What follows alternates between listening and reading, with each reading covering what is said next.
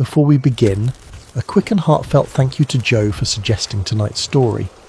And before you drift away, could I ask you for something small? If you're listening on Spotify, would you take about 10 seconds to leave a review? That's all it takes. It might not feel like much on your end, but on our end it means everything. It helps this channel reach other tired souls who are lying awake in the dark, searching for a quiet voice to carry them into sleep. Now, settle in. Let your shoulders fall away from your ears. Let the weight of the day sink down through the mattress and out of your body entirely. You don't have to hold anything anymore tonight. You don't have to solve anything. You only have to listen and breathe and slowly, gently let go. Tonight we're going somewhere cold, somewhere deep, somewhere far beneath the surface of the world, where the earth keeps its oldest and strangest secrets pressed flat between layers of ancient stone. We're going down into the dark, into the coal, into a story that officially never happened at all. Close your eyes, and let me tell you about the woman beneath the coal. Part 1. The village at the edge of the map. Let yourself picture it slowly. There is a place in the middle of Siberia so remote that most maps of the Soviet Union never bothered to name it. It sits in the Tisul district, in the Kemerovo region, far out among the endless taiga where the forests run unbroken for hundreds of kilometers in every direction. The village is called Rzhavchik. It is a small place, a cluster of low wooden houses with snow gathered thick on their roofs, chimneys breathing pale smoke into a sky the colour of old iron. In the autumn of the year 1969, perhaps 400 people lived there. Miners mostly, their wives, their children. Men who spent their days deep beneath the ground and came up in the evenings with coal dust worked so far into the creases of their hands that no amount of washing could ever fully remove it. It was a hard place, a quiet place, the kind of place where nothing extraordinary was ever supposed to happen. The land around Rzhavchik is old, older than you can easily hold in your mind. The coal that the men pulled from the ground was laid down in an age before there were forests as we know them, before there were flowers, before there were birds in the sky. It was formed in the Carboniferous world more than 300 million years ago, when the whole region was a vast steaming swamp of strange, enormous plants. When those plants died, they fell into the water and did not rot. They pressed down, layer upon layer, year upon year, century upon century, until the weight of the world itself squeezed them into black stone. That is what coal is, if you let yourself really think about it. It is time made solid. It is 100 million autumns pressed into a single dark seam. And the men of Rzhavchik cut into that ancient time every single day, without ever thinking much about what it meant. Until the 5th of September. Breathe in slowly, and breathe out. Let the cold air of that faraway autumn settle around you like a blanket. We're going down now, into the mine. Part 2. The man who supervised the digging. His name was Anatoly Masaligin. He was a veteran, a foreman, a man who had spent the better part of his life underground, and who understood the moods of a coal seam the way a sailor understands the moods of the sea. He knew when the roof was safe and when it was not. He knew the sound that stone makes just before it decides to move. He knew, above all, that the earth beneath Rzhavchik behaved in predictable ways, and that predictability was the only thing keeping his men alive. On that morning the crews were working a seam that had been giving them trouble. The coal here was harder than it should have been. The cutting machine strained against it. The men grumbled, the way men always grumble, and the work went slowly. Somewhere past the middle of the day, one of the machines struck something that was not coal. The sound was wrong. Everyone underground knew it at once. Coal has a particular voice when it breaks. It cracks and crumbles and gives way. This was different. This was a hard, flat, ringing sound. The sound of metal striking smooth stone. The operator stopped the machine. Masaligin came forward through the dust to see what had happened, and what he found made no sense at all. There, embedded in The middle of a coal seam more than 70 metres below the surface was a wall of smooth polished stone, not a boulder. Boulders are rough. Boulders are shaped by chance. This was flat. This was worked. This had corners. Let that settle in your mind for a moment. A coal seam is laid down over unimaginable stretches of time, sealed away beneath layers and layers of rock. Nothing gets into it. Nothing can. Whatever is inside a coal seam has been inside it since before the dinosaurs walked the earth. And yet here, in the middle of that ancient blackness, was a smooth stone surface that looked for all the world as though it had been cut and polished by human hands. Massaligin ordered the machine shut down. The mine went quiet, that deep underground quiet that presses against your ears. The men stood in the beams of their lamps, breathing dust, staring at something that should not, could not exist. And slowly, carefully, they began to dig it out by hand. Part 3. The opening of the stone, it took hours. They worked around it gently, the way you might work around something fragile and precious, brushing away the coal, following the edges of the stone. And as the shape of it emerged from the seam, a strange feeling spread through the men, a feeling that they were uncovering something that had been deliberately hidden, something that had been placed here, and then covered over, and then forgotten by the whole of the world. What they uncovered was a box, a coffin, really, though no coffin any of them had ever seen looked like this. It was roughly 2 meters long, carved from a pale, smooth stone that some later described as marble. Its surfaces were perfectly flat, its proportions were exact, and most unsettling of all, there were no seams, no hinges, no obvious way that it had ever been opened or closed. It looked less like something that had been built and more like something that had been grown, or poured, or dreamed into existence whole. There were faint markings on it, geometric, precise, not decorative in any way the miners could understand. But in that moment nobody was thinking about the markings, everybody was thinking about the lid. Because there was a lid, and the lid was sealed, and there was a substance around the edges of that seal, a kind of dark resin or wax that had been used to close the box against the outside world. They should have waited. Later many of them would say exactly that. They should have waited for the authorities, for the scientists, for someone with the training to understand what they had found.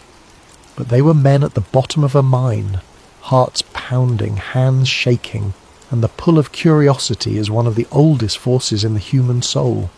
It is older than caution. It is older than fear. It is very nearly as old as the coal itself. They broke the seal, they lifted the lid, and every man present forgot in that instant how to breathe. Part 4. What lay inside? Inside the stone box, submerged in a clear liquid that shimmered faintly pink and blue in the lamplight, lay a woman. She was young. She looked to be perhaps 30 years old. She was tall, and she was, by every account that was ever whispered afterward, extraordinarily beautiful. Her hair was long and dark, fanned out around her in the liquid like something floating in a still pool at midnight. Her skin was pale and utterly smooth, and she wore a dress of some fine, pale fabric, delicate and embroidered, of a kind that none of the miners had ever seen. But it was not her beauty that stopped their hearts. It was that she did not look dead. There was no decay. There was no decomposition. There was none of the terrible work that time performs on the human body. She looked, instead, as though she had lain down only a moment ago and closed her eyes. She looked as though, if you spoke to her gently enough, she might open them again. She looked as though she were sleeping. The men stood in the freezing dark, 70 meters beneath the surface of Siberia, staring down at a sleeping woman who lay inside a sealed stone box in the middle of a coal seam more than 300 million years old. Nothing about it was possible, and yet there she was. Let yourself hold that image for a moment, in the quiet, before we go on, the lamplight moving gently on the surface of the liquid, the impossible calm of her face, the men hardened by a lifetime of difficult labour, rendered as silent and small as children, Some stories, once you have heard them, never quite leave you. This is one of them. Part 5. The word spreads and the state arrives. News like this cannot be kept in a hole in the ground. By the time the crews came up to the surface, the story was already running ahead of them through the village. A woman in a box, a sleeping woman, hundreds of millions of years old, pulled from the coal. People came from their houses to hear it. People came from neighbouring settlements. Within a day or two, it was said, a crowd of villagers had gathered near the mine, and some had even been brought down in small groups to look upon her with their own eyes, so that they might believe. And then the state arrived. Now, in the Soviet Union of that era, the arrival of the state was not a small thing. It did not come gently. It came in trucks and in uniforms, with paperwork and with silence. And when word of the discovery at Rzhavchik reached the right offices in the right cities, the response was immediate and it was overwhelming. Military vehicles came grinding up the frozen roads into the taiga. Soldiers cordoned off the area around the mine, and out of the official cars stepped men of a kind rarely seen in a place like Rzhavchik. Scientists from the Academy of Sciences, medical specialists, geological surveyors, and moving among them, quiet and watchful, men whose plain clothes and careful eyes marked them unmistakably as officers of the Committee for State Security. The KGB. Nobody explained why the study of an archaeological curiosity required the presence of the state's intelligence service. Nobody explained anything at all. That was rather the point. The villagers watched the woman being lifted, still in her liquid, still in her stone box, and carried away under guard.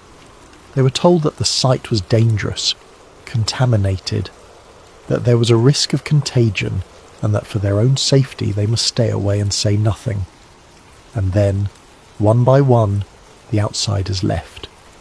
The trucks rolled back down through the forest and were gone, and the village of Rzhavchik was left with a cordoned scar in the earth, a great many questions and the growing understanding that they had seen something they were never meant to see.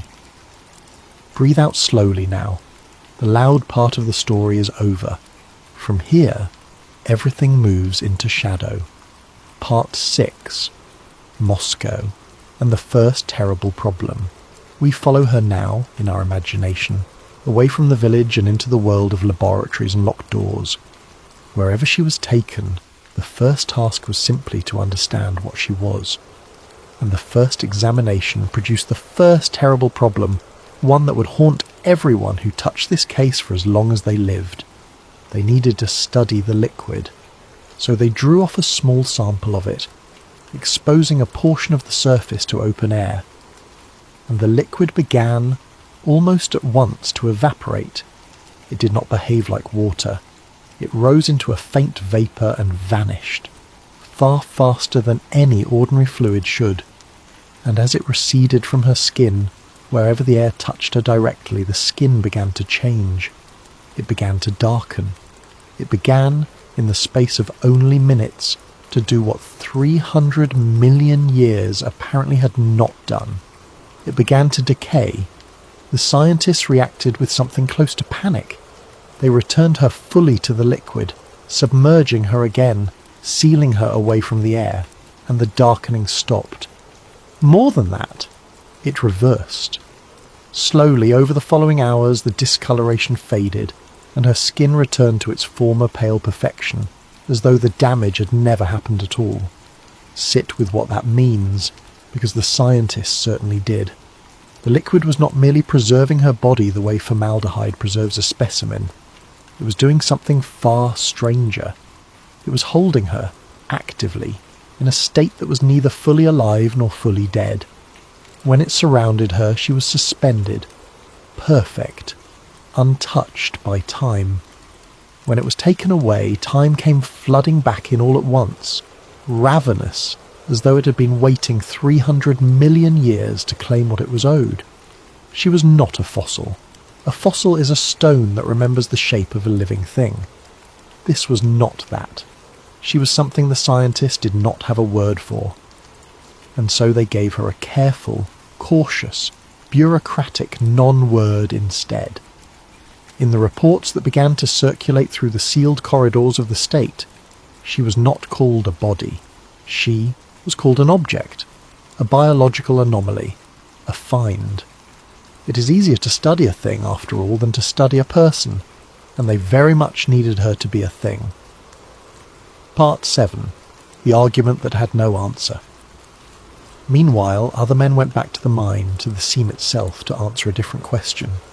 Perhaps, they hoped, the whole impossible situation could be explained away.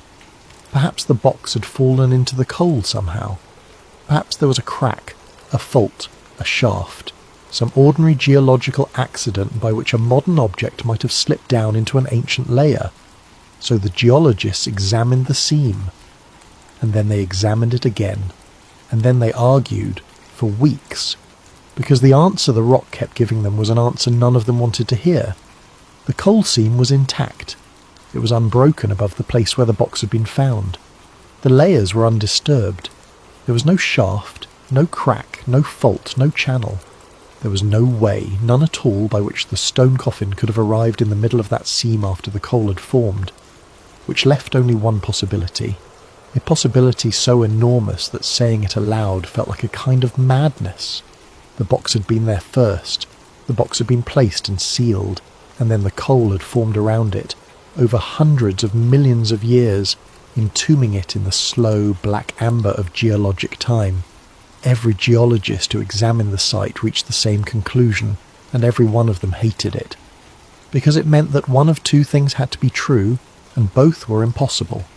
Either the geology was wrong and everything humanity thought it knew about the age of the earth and the formation of coal was somehow mistaken, or the history was wrong, and a civilization capable of crafting that stone box, capable of engineering that impossible preserving liquid, had existed on the earth not thousands of years ago, but hundreds of millions of years ago, in an age when there were not supposed to be any people at all. There was no third option. The scientists searched for one with everything they had, and there was none. Eventually a report was written, a classified report meant for very few eyes, and the report tried, in careful official language, to contain a thing that could not be contained. Its final line, according to those who claimed to have seen it, read simply, "No known civilization could have produced this object within the accepted geological timeline." And then that report, like so much else in this story, was carried away into a locked archive, and the door was closed, and it was as though it had never been written at all. Let your breathing slow. Let the number settle. Hundreds of millions of years. It is a length of time so vast that the mind cannot truly hold it. And somewhere in that abyss of time someone made a box, and someone lay a woman inside it, and someone sealed the lid, and hoped. Part 8. The blood. The doctors, meanwhile, were learning things about the woman herself.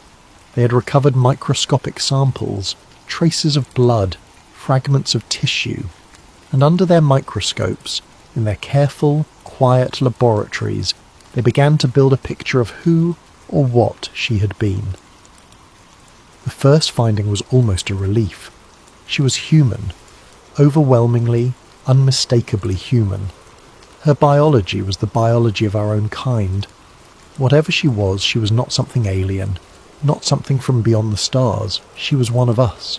And yet, there were differences, small ones, subtle ones. But once the doctors began to notice them, they could not stop. Her cells showed signs of extraordinary repair. Where an ordinary human cell, damaged, might struggle or die, hers seemed to mend themselves with an efficiency that had no precedent. Her genetic material, examined as closely as the technology of the time allowed, appeared unusually stable, resistant to the small errors and breakages that accumulate in all living things over time, and there were indications, faint but persistent, of something that looked very much like negligible aging, a biology that did not run down the way ours does, a body built, it almost seemed, to last, human, but improved, refined, as though someone had taken the ordinary human form and quietly, patiently, corrected its flaws. These findings, like all the others, were classified at once. and you can perhaps understand why. In a state that officially believed in nothing it could not measure, in a nation locked in a Cold War that was as much about ideology as it was about weapons, the discovery of a woman who was human but somehow more than human, older than history but younger than she had any right to be, was not a scientific curiosity. It was a bomb, and bombs in that world were kept in vaults. Part 9. The liquid that could not be copied. While the doctors studied the woman, the chemists studied the liquid. For months they worked. This, after all, was the true prize. A woman who slept for hundreds of millions of years was a wonder. But a substance that could hold a living body outside of time, that could reverse decay, that could suspend a person indefinitely in perfect health, that was not a wonder. That was power. The kind of power nations go to war for. So they analysed it, and analysed it, and analysed it again. They broke it down into its components. They identified some of them, and then they tried to put it back together, and they could not. The liquid contained compounds that did not appear in any of their reference books, compounds that fit nowhere in the known chemistry of the age. Yet, strangely, nothing about it was violent or exotic in the obvious ways. It was not radioactive, it did not glow, it did not burn, it was not in any dramatic sense otherworldly. It was simply beyond them, and that, the chemists came to understand, was the most frightening thing of all. If the liquid had been magical, they could have dismissed it. If it had been alien, they could have wondered at it. But it was neither. It was engineered. It bore the fingerprints of intention, of design, of a science that understood the human body and the passage of time far more deeply than they did. Somewhere, sometime, someone had known how to do this. Someone had solved a problem that the finest minds of the 20th century could not even properly describe. And then that someone and all their knowledge had vanished so completely from the earth that not a single trace of them remained, except for a woman in a box and the liquid that held her. The chemists filed their reports. The reports were classified. The doors were closed. By now you may be noticing the shape of this story.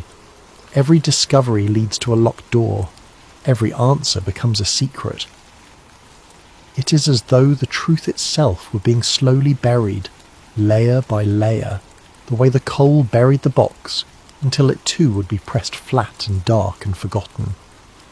But not everyone was content to let that happen. And in the next part of our story, we meet the one man who could not stop asking questions. Breathe. Rest. We are moving deeper now. Part 10. The Historian in the Shadows. His name, in this telling, was Sergei Antonov. He was not a soldier, and he was not a spy. He was a scholar, a linguist and a historian, a man who had spent his life among old texts and forgotten alphabets, patiently coaxing meaning out of the silence of the past.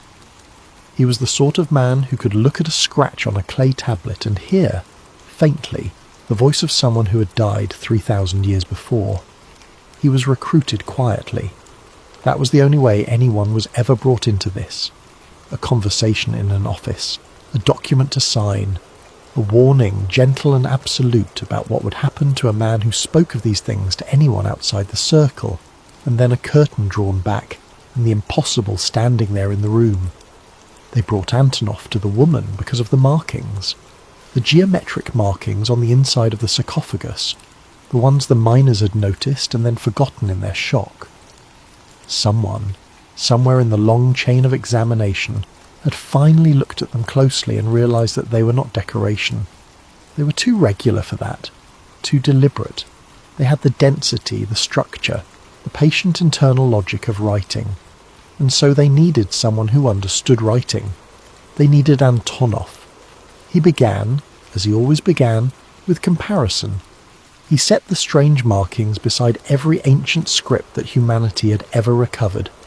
He compared them to the wedge marks of Sumerian cuneiform, the oldest writing known to man. He compared them to the mysterious undeciphered symbols of the Indus Valley. He compared them to Linear A, that beautiful unread script of ancient Crete. He compared them to the elegant birds and eyes and water of Egyptian hieroglyphs. Nothing matched. Nothing even came close. For a long time this frustrated him beyond measure. And then, slowly, sitting alone late at night with the copied symbols spread before him, he understood why. He had been trying to read them as language, as words, as sounds, as names. But they were not language. They were mathematics. The markings inside the box were not telling a story or recording a history. They were numbers, relationships, proportions. They were, Antonov gradually realized, a set of instructions. A message written not in any human tongue, but in the one language that any sufficiently advanced mind, anywhere, in any age, would eventually arrive at. The language of quantity, the language of pattern, the language of the universe itself. Whoever had built the box had known that language and words would not survive across the depths of time. Words change, tongues die, alphabets are forgotten. But 2 and 2 make 4 in every age of the world and always will. So they had written their message in numbers, and they had waited for someone someday who was clever enough and patient enough to read it. Antonov intended to be that someone. Part 11.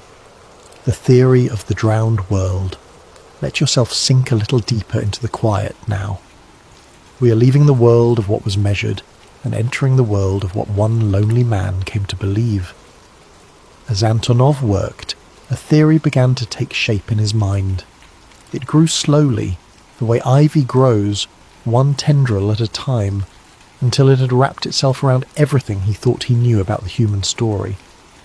The theory was this: what if we are not the first?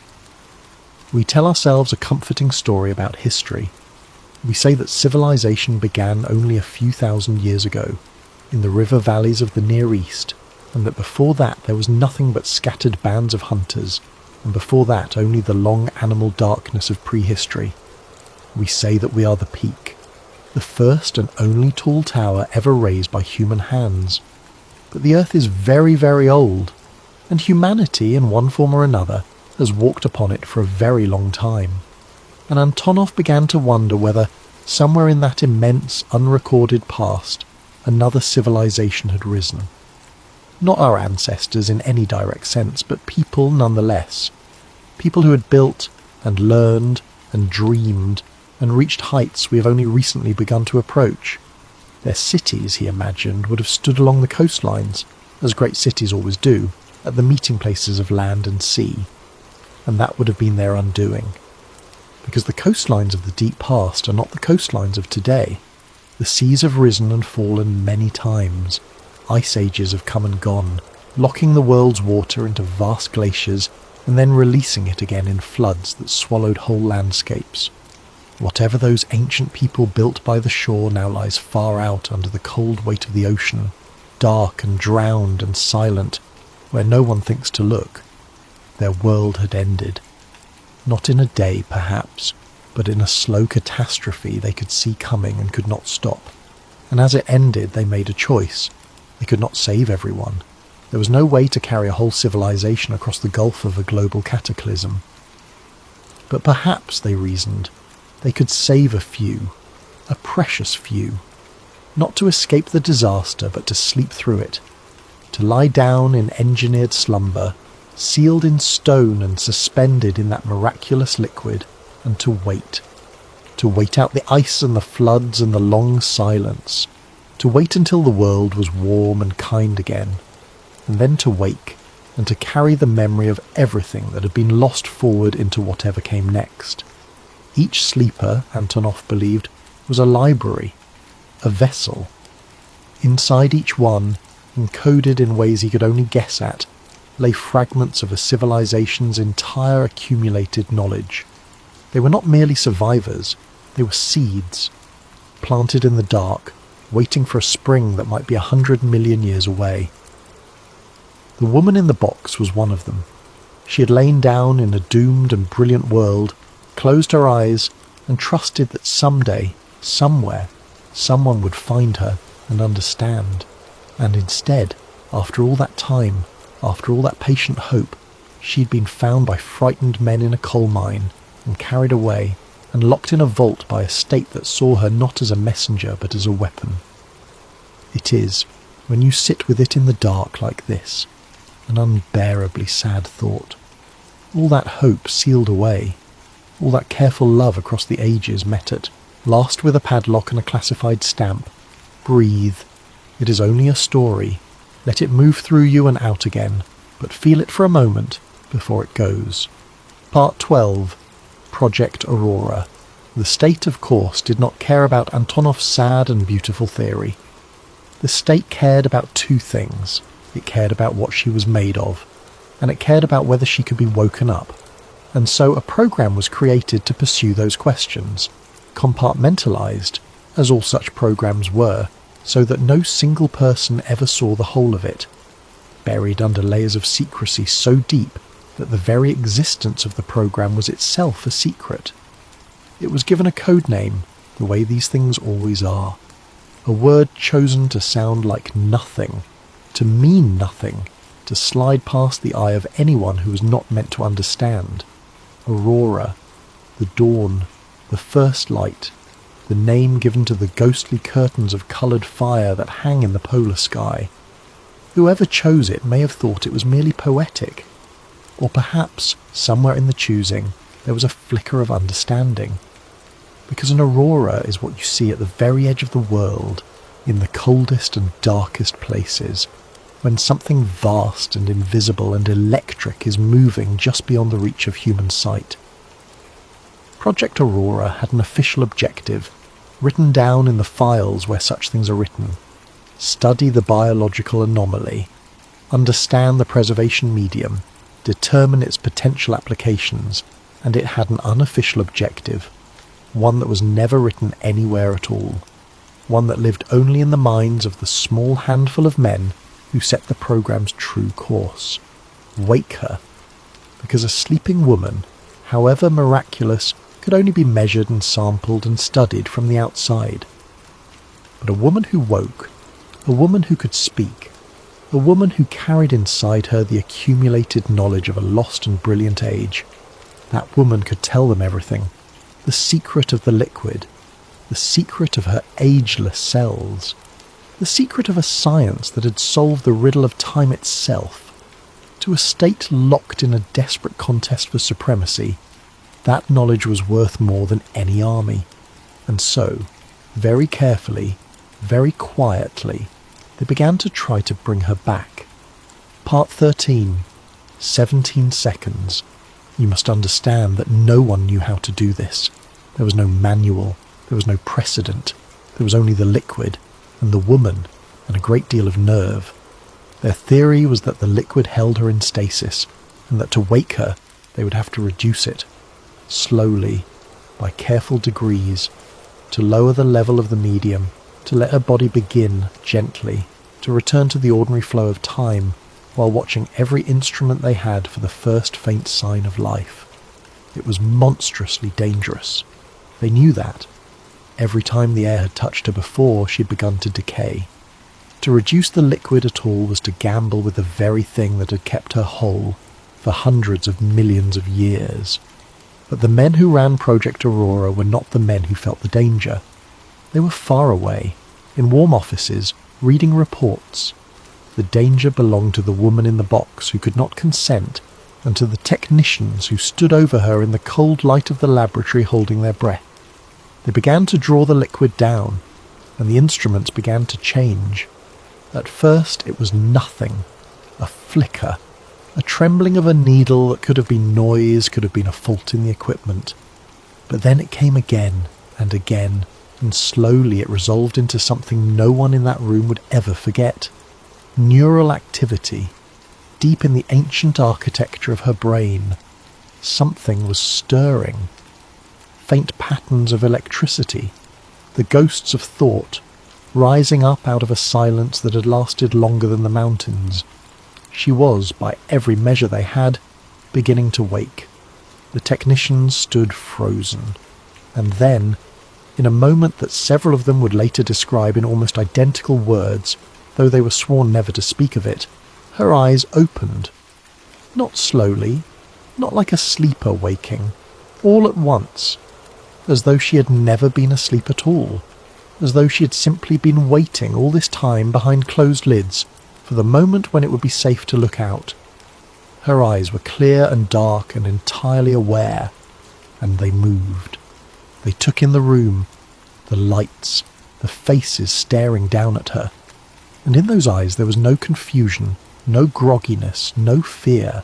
There was only a deep and terrible understanding, as though she grasped in a single instant exactly where she was, and exactly how much time had passed, and exactly what it meant.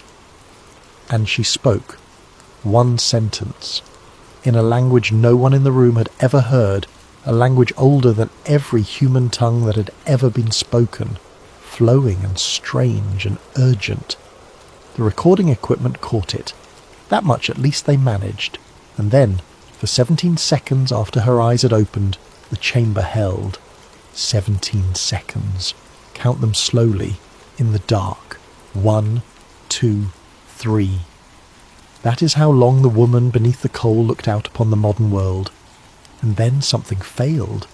An alarm. A cascade of warnings across the instruments. The preservation medium had been drawn too low, or the shock of waking had been too great, or perhaps some threshold had simply been crossed that could not be uncrossed. The technicians scrambled. They flooded the chamber, submerging her again, sealing her away. Her eyes closed. The neural activity faded and dimmed and was gone, and she returned to silence. The deep silence she had carried up out of the coal. The silence she may still be keeping somewhere to this very day. They had woken her for 17 seconds, and in those 17 seconds she had given them one gift and one warning, though it would be years before anyone understood which it was. Let your own breathing settle now, slow and even, as hers went still. Rest here a moment in the quiet after. We are past the loudest heartbeat of the story. What remains is stranger and softer and stays with you longer. Part 14. The Sentence. Antonov was given the recording. He was, after all, the one who understood the writing. And now there was a voice to go with it, a fragment of the living language of the lost world, and if anyone alive could wrest meaning from it, it was him. He worked on those few seconds of sound for a very long time, months, perhaps longer. He compared the shapes of the sounds to the shapes of the symbols inside the box. He looked for patterns, for repetitions, for the small structural bones that all languages share. He built theories and tore them down. He aged over those months in the way that people age when a single problem will not release them, and slowly, painstakingly, he began to understand. It was not, he realized, a greeting. It was not a plea. It was not, as he had half hoped, some grateful acknowledgement of her rescuers across the gulf of time. It was a warning. 4 words, as near as he could render them into his own language. 4 words that she had chosen to spend her 17 seconds of consciousness saying, out of everything she might have said, out of all the accumulated knowledge of a vanished world. Do not build the network again. Antonov sat with those 4 words for a long time. In the year 1969 they meant nothing. They were a riddle without a lock. What network? Built by whom? She had woken into a world of coal mines and typewriters and rotary telephones, a world of radio and railways, and she had looked out at it and said, "Do not build the network again." He filed his translation. Naturally it was classified.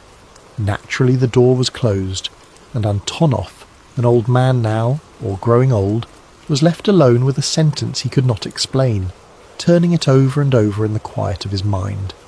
He would carry it with him for the rest of his life, and only near the very end would he begin, at last, to understand what she had meant.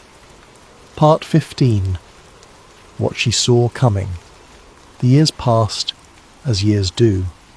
Antonov grew old in a changing world, and though he was no longer permitted anywhere near the woman or the program, he never stopped thinking about her. He never stopped turning that sentence over, "Do not build the network again." And as the world changed around him, understanding crept up on him slowly, like cold water rising. He watched humanity build things. He watched the launch of satellites, threading the sky with invisible lines of communication. He watched the growth of great networks of cable and signal, connecting city to city, nation to nation, until a message could cross the whole of the earth in the time it took to draw a breath. He watched, in his final years, the earlier stirrings of something new, machines that could talk to one another, networks not of roads or rails or even radio, but of information itself. Vast, growing, connecting everything to everything, weaving the entire human species into a single humming web of shared thought. And one day, watching this, the old man went very still, because he finally understood what she had meant. He had assumed, all those years, that the network she warned of was something physical. Roads, cities, some great structure of stone and steel. That was how he had pictured the works of the ancient world, and so that was how he had imagined their downfall. But she had not been warning about roads. She had been warning about connection itself, about the network of information, about the moment when a civilization becomes so densely interconnected, so completely woven together, so utterly dependent on a single vast system of shared knowledge, that the system itself becomes the most fragile and the most dangerous thing it has ever built. That, Antonov now believed, was what had destroyed the world before ours.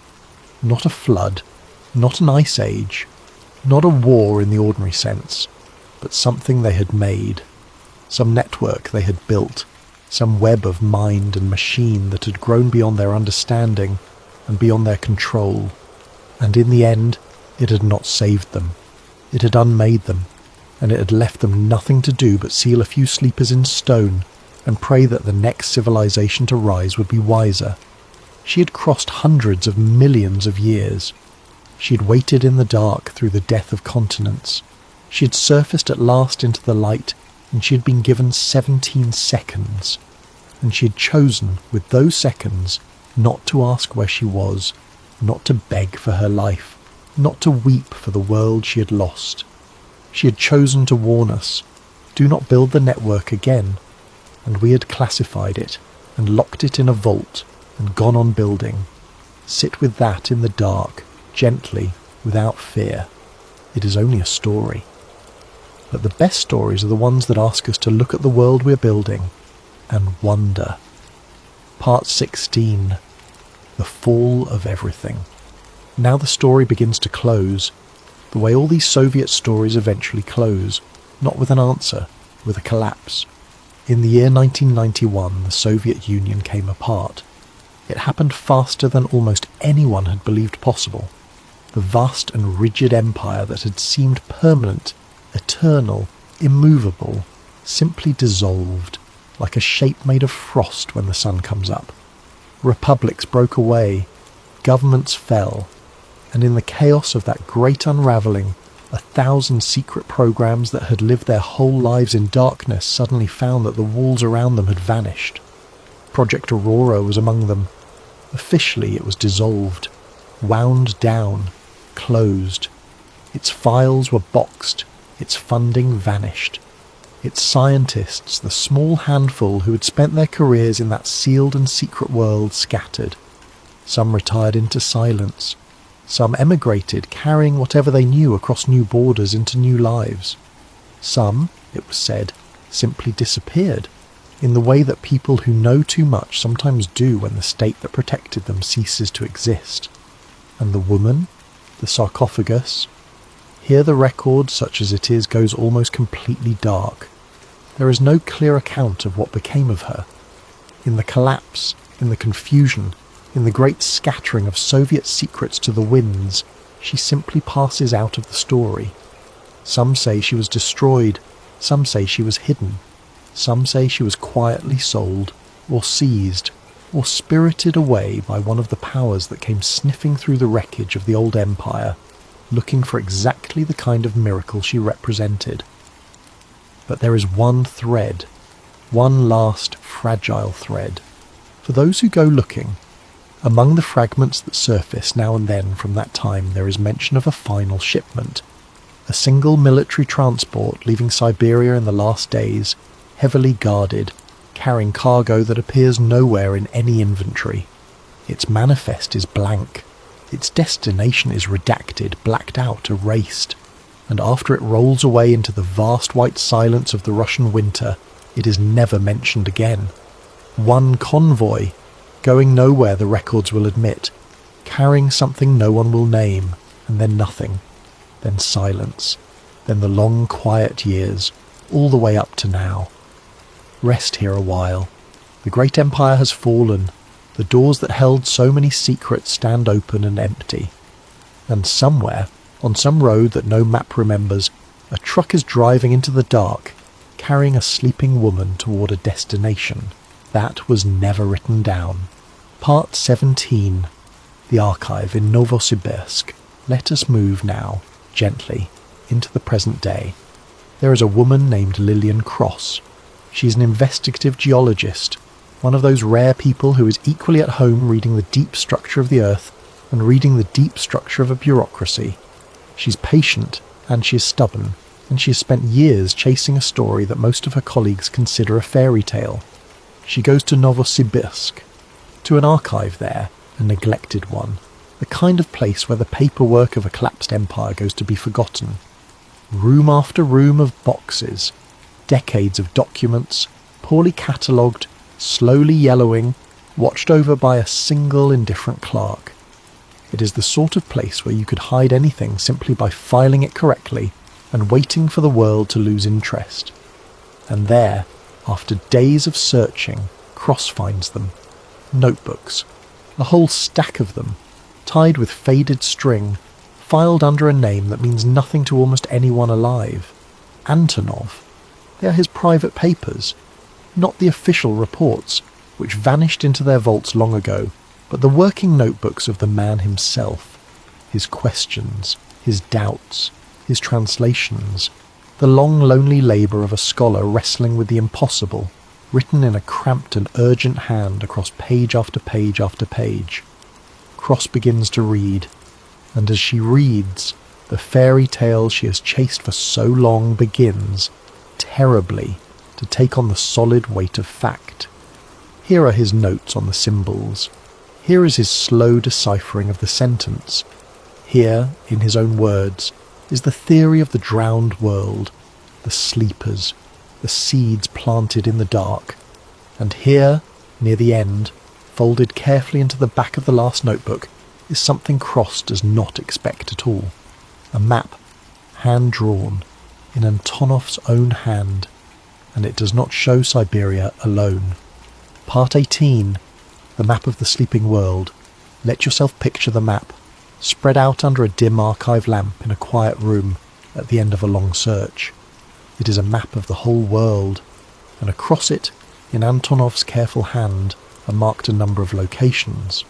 Not many, perhaps a dozen, scattered across the continents, seemingly at random, until you look closer and begin to see the pattern in them.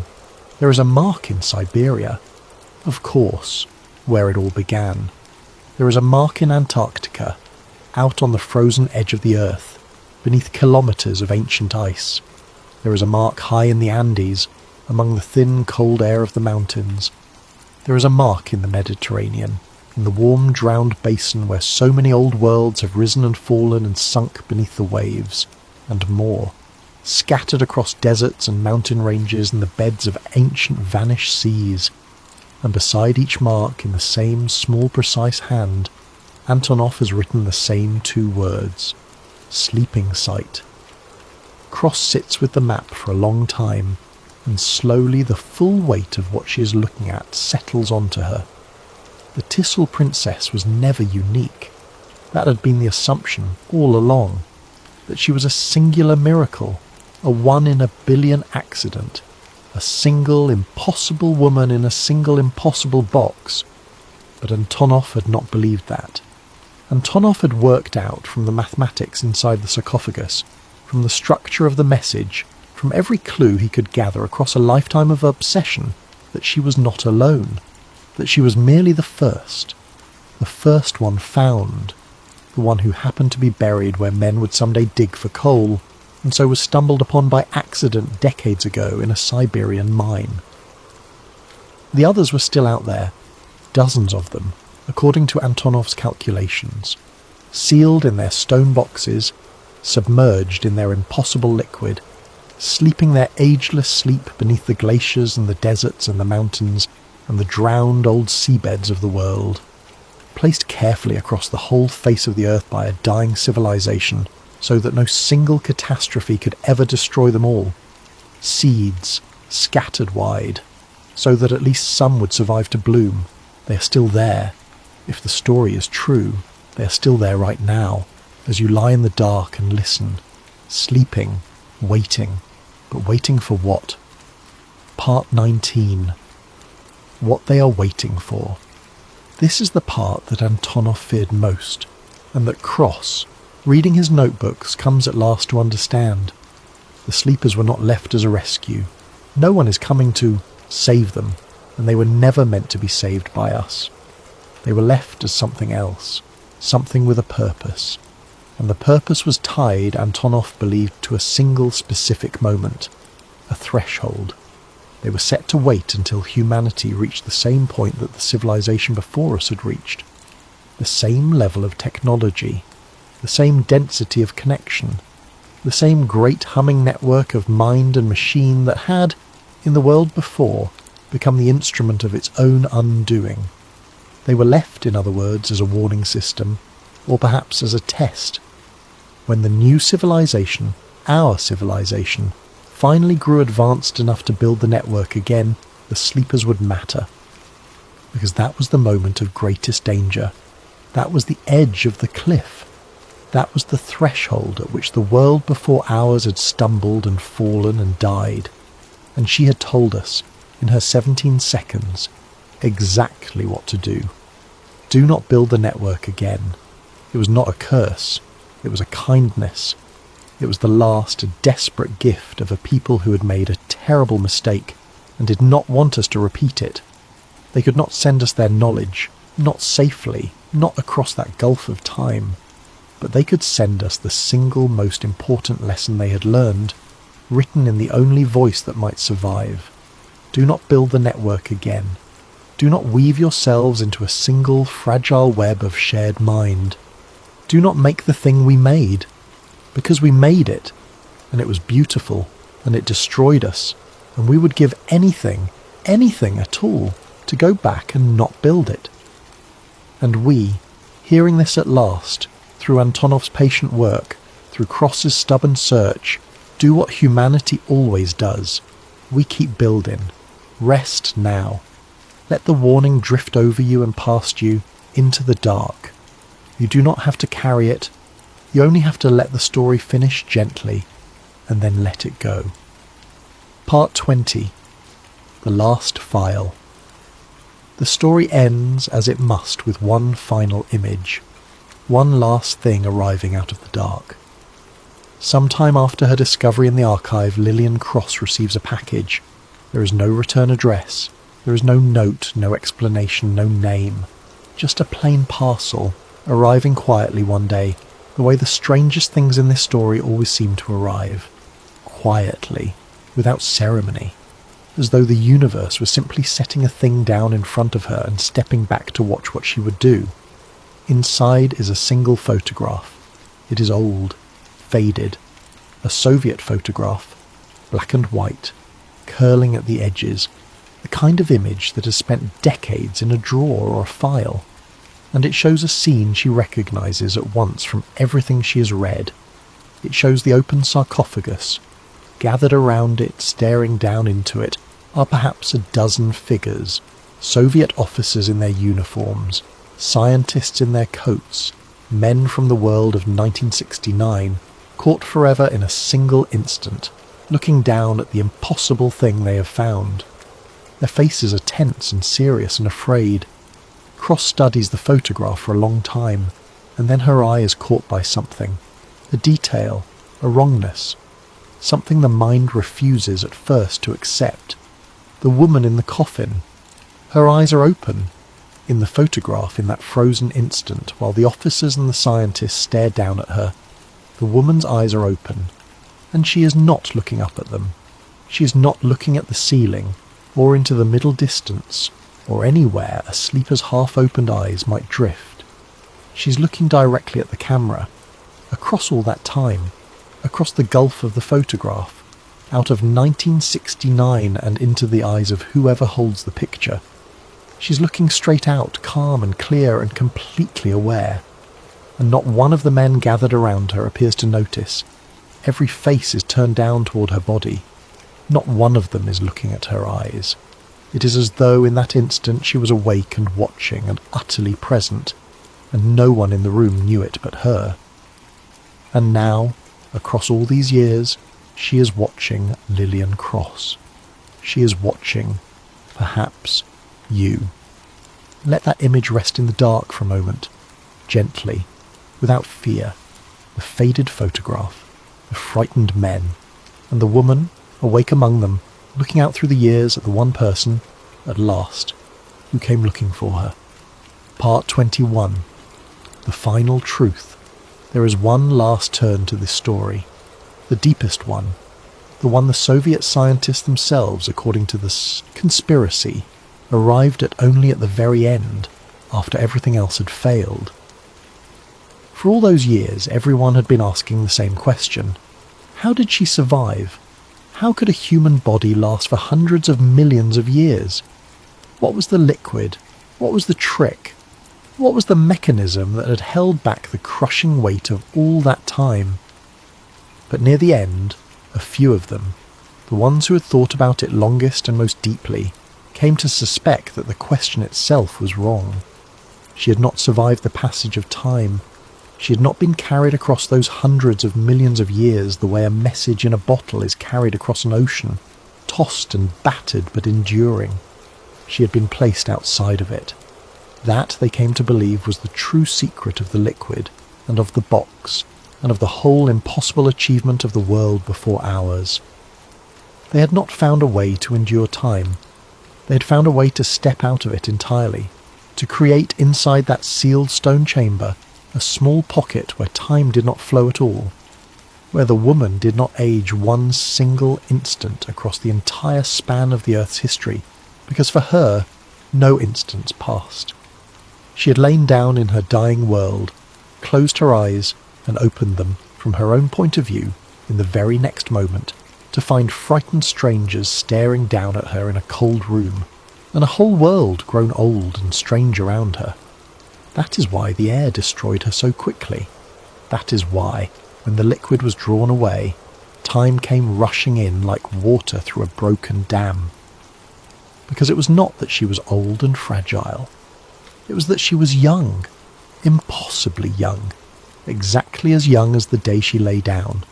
And the moment the pocket was broken, hundreds of millions of years of time that had been held back all rushed toward her at once, ravenous, trying to make her the age she should have been. She was not a fossil that had lasted. She was a moment that had been held. And if that is true, then the sleepers scattered across the world, beneath the ice and the deserts and the mountains and the seas, are not slowly running down. They are not decaying, however slowly. They are simply paused, held, waiting in a stillness so complete that for them no time passes at all. And whenever they are found, whether tomorrow or in 10,000 years, they will open their eyes as though they had closed them only a heartbeat before, and they will look out at whatever world has come to find them, and they will speak. Perhaps they will all say the same thing. Do not build the network again. Part 22. The Legend and the Truth. And so we come, softly, to the end. History, if it remembers the Tisul Princess at all, remembers her as a legend, a tall tale from a Siberian coal mine, a story with no photographs anyone can verify, no bodies anyone can examine, no evidence that would survive a moment in a courtroom or a laboratory. The scientists are right to dismiss her. A human being hundreds of millions of years old is not possible. The coal is older than complex life itself. Everything about the story, measured against everything we know, is impossible. And that, according to the conspiracy, is precisely the point. Because think for a moment about how you would hide a truth this enormous, a truth that would shatter everything humanity believes about its own history, a truth about a civilization before ours, and sleepers beneath the earth, and a warning we were never meant to ignore. You would not lock it in a vault. Vaults can be opened. You would not burn it. Ashes can be studied. You would not simply deny it, because denials only make people dig. No, the most perfect way to hide a truth is to let it out, to let it drift into the world as a story, a legend, a wild tale traded on internet forums and whispered late at night, to surround the single grain of truth with so much noise, so many impossible embellishments, so much that is clearly absurd, that any serious person who hears it will smile and shake their head and move on. You bury the truth not in silence, but in ridicule. You dress it in the costume of a myth, and then, when the day finally comes that the truth surfaces for real, when a convoy is found, or a chamber is opened, or a woman with clear dark eyes looks up out of the ice at a team of astonished scientists, no one will believe it. Because everyone will already know it is just a story. Everyone will already know it is only the legend of the Tisul Princess. Legends, after all, are sometimes created for only one reason: to ensure that when the truth finally surfaces, no one will believe it.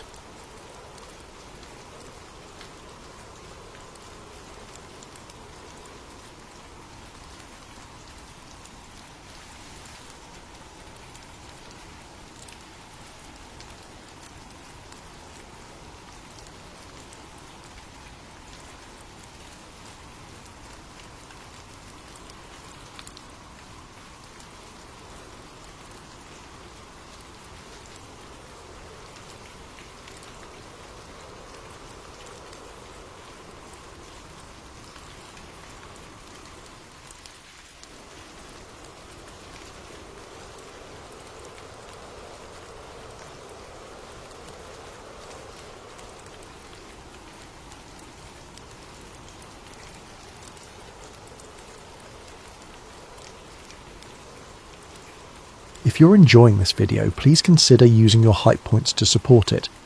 It helps the channel far more than you might realise, and it means the world to us. If you're listening on Spotify, leaving a review would be incredibly appreciated as well. We'd also love to know what time it is where you are and where in the world you're tuning in from, but only if you feel like sharing. We genuinely love seeing where everyone is listening, and if you're enjoying the content and haven't already, please consider subscribing. It really does make a difference. Thank you for being here. Before we begin, a huge thank you to Nobusari and Chris for suggesting this story. Your ideas keep this channel going, and we're grateful you're part of this community. Imagine this. The year is 1957. The Cold War is in full swing. Nuclear anxiety hangs over the world like a storm cloud that never breaks. The United States and the Soviet Union are locked in a race that could end in annihilation. In Washington, behind closed doors, military officials are briefing the president on unidentified objects in the sky. The public is told not to worry. Everything is under control, and then a man walks into the Pentagon. He is tall, composed, and dressed in a way that seems almost too neat, too deliberate. His suit is dark, perfectly pressed, with crisp lines that look as though they were measured by a machinist rather than a tailor. His tie is centered exactly. His shoes reflect the fluorescent lights overhead with an almost unnatural sheen. He does not stumble over his words. He does not ask for asylum or citizenship. He does not claim to be a defector or a spy. Instead, he introduces himself with a name that sounds like it came from a science fiction serial playing in theatres across America: Valiant Thor. And then he says something that should have gotten him escorted out immediately, perhaps even detained for psychiatric evaluation. He says he is from Venus. But here is the part that makes the story linger, that makes it impossible to dismiss entirely, no matter how absurd it sounds. He is not dismissed. He is not arrested. He is not laughed out of the building by security personnel or intelligence officers who have heard every conceivable story from every conceivable type of person trying to gain access to classified facilities. According to those who believe the story, he is taken seriously. He is given clearance. He is housed, he is listened to, and for years he allegedly remains in Washington, moving through corridors of power, delivering a message that no one wants to hear, but that everyone seems unable to ignore completely. This is the Valiant Thor conspiracy theory, a story that sounds absurd on the surface, ridiculous even. A story with no hard evidence, no photographs authenticated by independent experts, no official records that have ever been declassified or leaked despite decades of Freedom of Information Act requests. And yet, it has endured for more than half a century. It has been retold in books that have sold thousands of copies. It has been discussed in documentaries that air on cable television at odd hours. It has been debated in forums across the internet by people who have never met but who share a conviction that something happened in Washington during those years, something that was never meant to become public knowledge. The story refuses to die. It adapts. It evolves. It incorporates new details while maintaining its core narrative. And it continues to find new audiences who hear it and think, even if just for a moment, that it might be true. Because the question it asks is simple and deeply unsettling. The kind of question that stays with you long after you've decided whether or not you believe the answer. What if the government didn't just study visitors from other worlds? What if it hosted one? What if for years an extraterrestrial walked the halls of the Pentagon, sat in on classified briefings, spoke with generals and admirals and perhaps even presidents, and then simply left, with the entire episode buried so deeply that it would never surface in any official capacity? What if the silence we hear is not the absence of contact, but the sound of secrecy working exactly as it was designed to work? Chapter 1. America on the Brink. To understand why this story took root, why it found fertile ground in the American consciousness and grew into something that would last for generations, you have to understand the world it was born into. You have to understand what it felt like to live in the late 1950s, when the future was not a promise but a threat.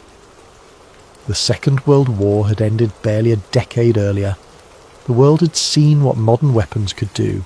Cities had been reduced to ash and rubble. Millions had died. And then, in the final days of the war, 2 Japanese cities had been vaporized by a weapon that seemed to belong to a different era of human. History entirely, if it belonged to human history at all. The atomic bomb had demonstrated that humanity now possessed the ability to destroy itself completely, and there was no putting that knowledge back in the box. The United States and the Soviet Union had been allies during the war, united against a common enemy. But as soon as that enemy was defeated, the alliance crumbled. Ideological differences that had been set aside in the name of defeating fascism returned with a vengeance. The world split into 2 camps, each convinced that the other represented an existential threat not just to national security, but to civilization itself.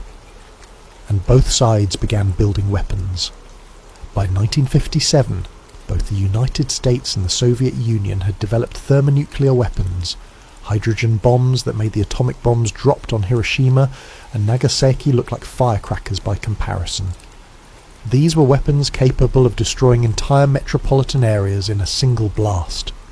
Weapons that could kill millions in seconds. Weapons that, if used in sufficient numbers, could render the planet uninhabitable. The doctrine that governed their use was called mutually assured destruction. The logic was simple and terrifying. If one side launched a nuclear attack, the other side would retaliate before the missiles even landed. Both sides would be annihilated. There would be no winners, only survivors, if there were any at all, stumbling through a radioactive wasteland. This was not a strategy in any conventional sense. It was a bet. A bet that human beings, when faced with the prospect of total annihilation, would choose survival over victory. A bet that fear would prove stronger than pride or ideology, or the countless other factors that had driven nations to war throughout history. And every day that bet held. But only barely. The American public lived with this reality in a way that is difficult to fully appreciate now. Children were taught to hide under their desks in case of a nuclear attack, as if a wooden desk could protect them from a weapon that turned cities into craters. Families were encouraged to build fallout shelters in their basements or backyards, stocking them with canned food and water and supplies that might allow them to survive for a few weeks in the aftermath of an attack. The government distributed pamphlets explaining how to prepare for nuclear war, illustrated with cheerful cartoons that made the apocalypse look manageable. But everyone knew it was a lie. Everyone knew that if the bombs fell, the shelters would not save them, the desks would not protect them, the pamphlets would not matter. There would only be fire and radiation and silence. And in the middle of this, the sky itself seemed to be turning against the public's understanding of reality. UFO sightings were being reported across the country with increasing frequency. Pilots, both civilian and military, were seeing objects that moved in ways no known aircraft could move. They accelerated without visible means of propulsion. They made right-angle turns at speeds that should have torn any conventional craft apart. They disappeared and reappeared in different parts of the sky, as if they were blinking in and out of existence. Radar stations were picking up signals that defied explanation. Objects that appeared on screens, tracked across hundreds of miles, and then vanished without a trace. Objects that moved so fast that the radar operators initially assumed their equipment was malfunctioning, until the sightings kept coming and the patterns became impossible to ignore. The military was investigating, but they were also denying. Publicly, the official line was always the same: weather balloons, temperature inversions, swamp gas, mass hysteria, optical illusions caused by atmospheric conditions. Nothing to see here, nothing to worry about. Go back to your lives and trust that the government has everything under control. But the sightings kept coming, and the denials kept sounding less convincing. Project Blue Book, the Air Force's official investigation into unidentified flying objects, was underway. It had been launched in 1952, building on earlier projects like Sign and Grudge that had quietly examined reports of strange objects in the sky. Publicly, Blue Book was presented as a serious scientific inquiry, a genuine effort to determine whether these sightings represented a threat to national security or could be explained by conventional means. Privately, many believed it was nothing more than a public relations operation, designed to reassure a nervous public while the real findings, whatever they were, remained classified and out of reach. The message from the government was clear. If something was out there, they would handle it. The public did not need to know the details. The public did not need to worry. The public just needed to trust that the men in uniform and the scientists in white coats and the officials in dark suits had everything under control. This was the atmosphere in which the Valiant Thor story emerged. A time when secrecy was not just policy, but a way of life. A time when the government was admitting to almost nothing, even as it was preparing for almost everything. A time when the public was being told that the greatest threat came from the Soviet Union, but when many people could not shake the feeling that there were other threats, other unknowns, that were being deliberately kept from them. Into this world of fear and secrecy and carefully managed information, a man allegedly appeared. A man who should not have existed, who claimed an origin that should have been impossible, who behaved in a way that suggested he expected to be believed, even though everything he said sounded like madness, and what he claimed, if the story is true, changed nothing publicly. The world continued on as it always had. The arms race continued, the fear continued, the secrecy continued, but privately, some say, it changed everything. Chapter 2. The Claim of an Arrival. The story begins with an arrival that should not have been possible, an entrance that violated every protocol and security measure that should have been in place at one of the most secure facilities in the world. According to the conspiracy theory, a man appeared in Washington during the Eisenhower administration. The exact date varies depending on who is telling the story. Some say it was March of 1957, others place it in late 1956 or early 1958. The timeline is deliberately vague in most retellings, which skeptics point to as evidence of fabrication. But believers argue that the vagueness is itself evidence of classification, that the exact date was scrubbed from any records that might have existed. He did not arrive by plane or by car or by any conventional means of transportation. He simply appeared. Some versions of the story say he materialized inside a secure government building. At one moment a hallway was empty and the next moment he was there, standing calmly as if he had been there all along. Others say he walked through the front entrance of the Pentagon as if he had every right to be there, as if he possessed credentials that allowed him to bypass security checkpoints that should have stopped anyone who did not belong. The details vary depending on who is telling the story and when they are telling it, and this inconsistency is one of the main reasons skeptics dismiss the entire narrative as fabricated. But the core claim remains the same across all versions, unshaken despite the decades that have passed and the scrutiny that has been applied. He called himself Valiant Thor. The name itself is striking. It does not sound like a real name. It sounds like a character from a science fiction novel or a comic book, the kind of heroic pseudonym that a writer would invent for an alien visitor who comes to Earth with noble intentions. Valiant, meaning brave or courageous. Thor, the name of a Norse god associated with thunder and strength. Together they create an image of power and righteousness, of someone who embodies qualities that humanity aspires to but rarely achieves.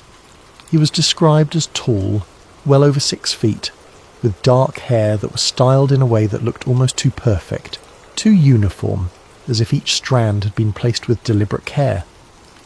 His face was handsome, in a way that was striking, but also somehow generic, lacking the small imperfections and asymmetries that make human faces unique and memorable. Some who claimed to have seen him said he looked ageless, that it was impossible to tell whether he was 30 or 50 or somewhere in between. He wore a suit that looked perfectly tailored but somehow out of place, as if it had been designed by someone who understood the idea of a suit, who knew that men in positions of authority in mid-20th century America wore dark suits with white shirts and narrow ties, but who did not quite understand the specifics of how humans actually wore them. The fit was too perfect, the fabric too smooth, the lack of wrinkles or creases too complete. He looked like a photograph of a man in a suit rather than an actual man wearing actual clothes. His speech was measured, deliberate, with a cadence that suggested he was choosing each word with care. He did not use contractions. He did not stumble or pause or use the verbal fillers that characterize natural human speech. When he spoke, people listened, not because he raised his voice or demanded attention, but because something in his manner commanded it. His demeanour was calm in a way that went beyond confidence. He did not act like someone who was trying to convince anyone of anything. He did not plead or argue or present evidence to support his claims. He acted like someone who expected to be believed, who assumed that what he was saying would be accepted as truth because truth was self-evident and required no defence, and his claim was extraordinary. He said he was not from Earth. He said he was from Venus, the second planet from the sun, the bright morning star that ancient civilizations had worshipped as a goddess, and that modern astronomers had studied through telescopes but had not yet reached with spacecraft. He said he had come with a message for the leaders of the United States, and that the message was urgent. He said that humanity was at a crossroads, and that the decisions made in the coming years would determine whether civilization survived or destroyed itself. In any rational scenario, this would have been the end of it. Security would have removed him from the building.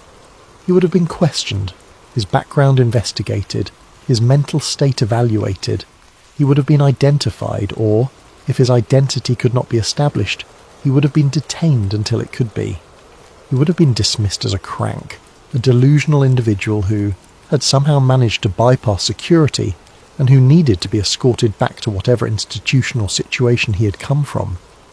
But according to those who believe the story, that is not what happened. Instead, he was taken seriously. He was allegedly escorted to secure facilities within the Pentagon, not as a prisoner, but as a guest. He was given access to high-ranking officials, people whose names would have been recognizable to anyone who followed American politics or military affairs. He was housed, not in a detention center or a psychiatric ward, but in quarters that were comfortable, private, and located within or near the Pentagon itself. And over the course of several years, according to the narrative, he remained in Washington, attending meetings, speaking with military officers and intelligence officials and scientists, providing information and perspective on matters that range from technological development to geopolitical strategy to the nature of human civilization itself. This is where the story stops being just strange and starts being a conspiracy theory.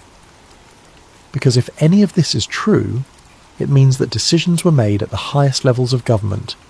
Decisions about how to respond to this individual, whether to engage with him or dismiss him, whether to keep his presence secret or make it public. And according to the theory, the decision was made to engage, but to do so in complete secrecy.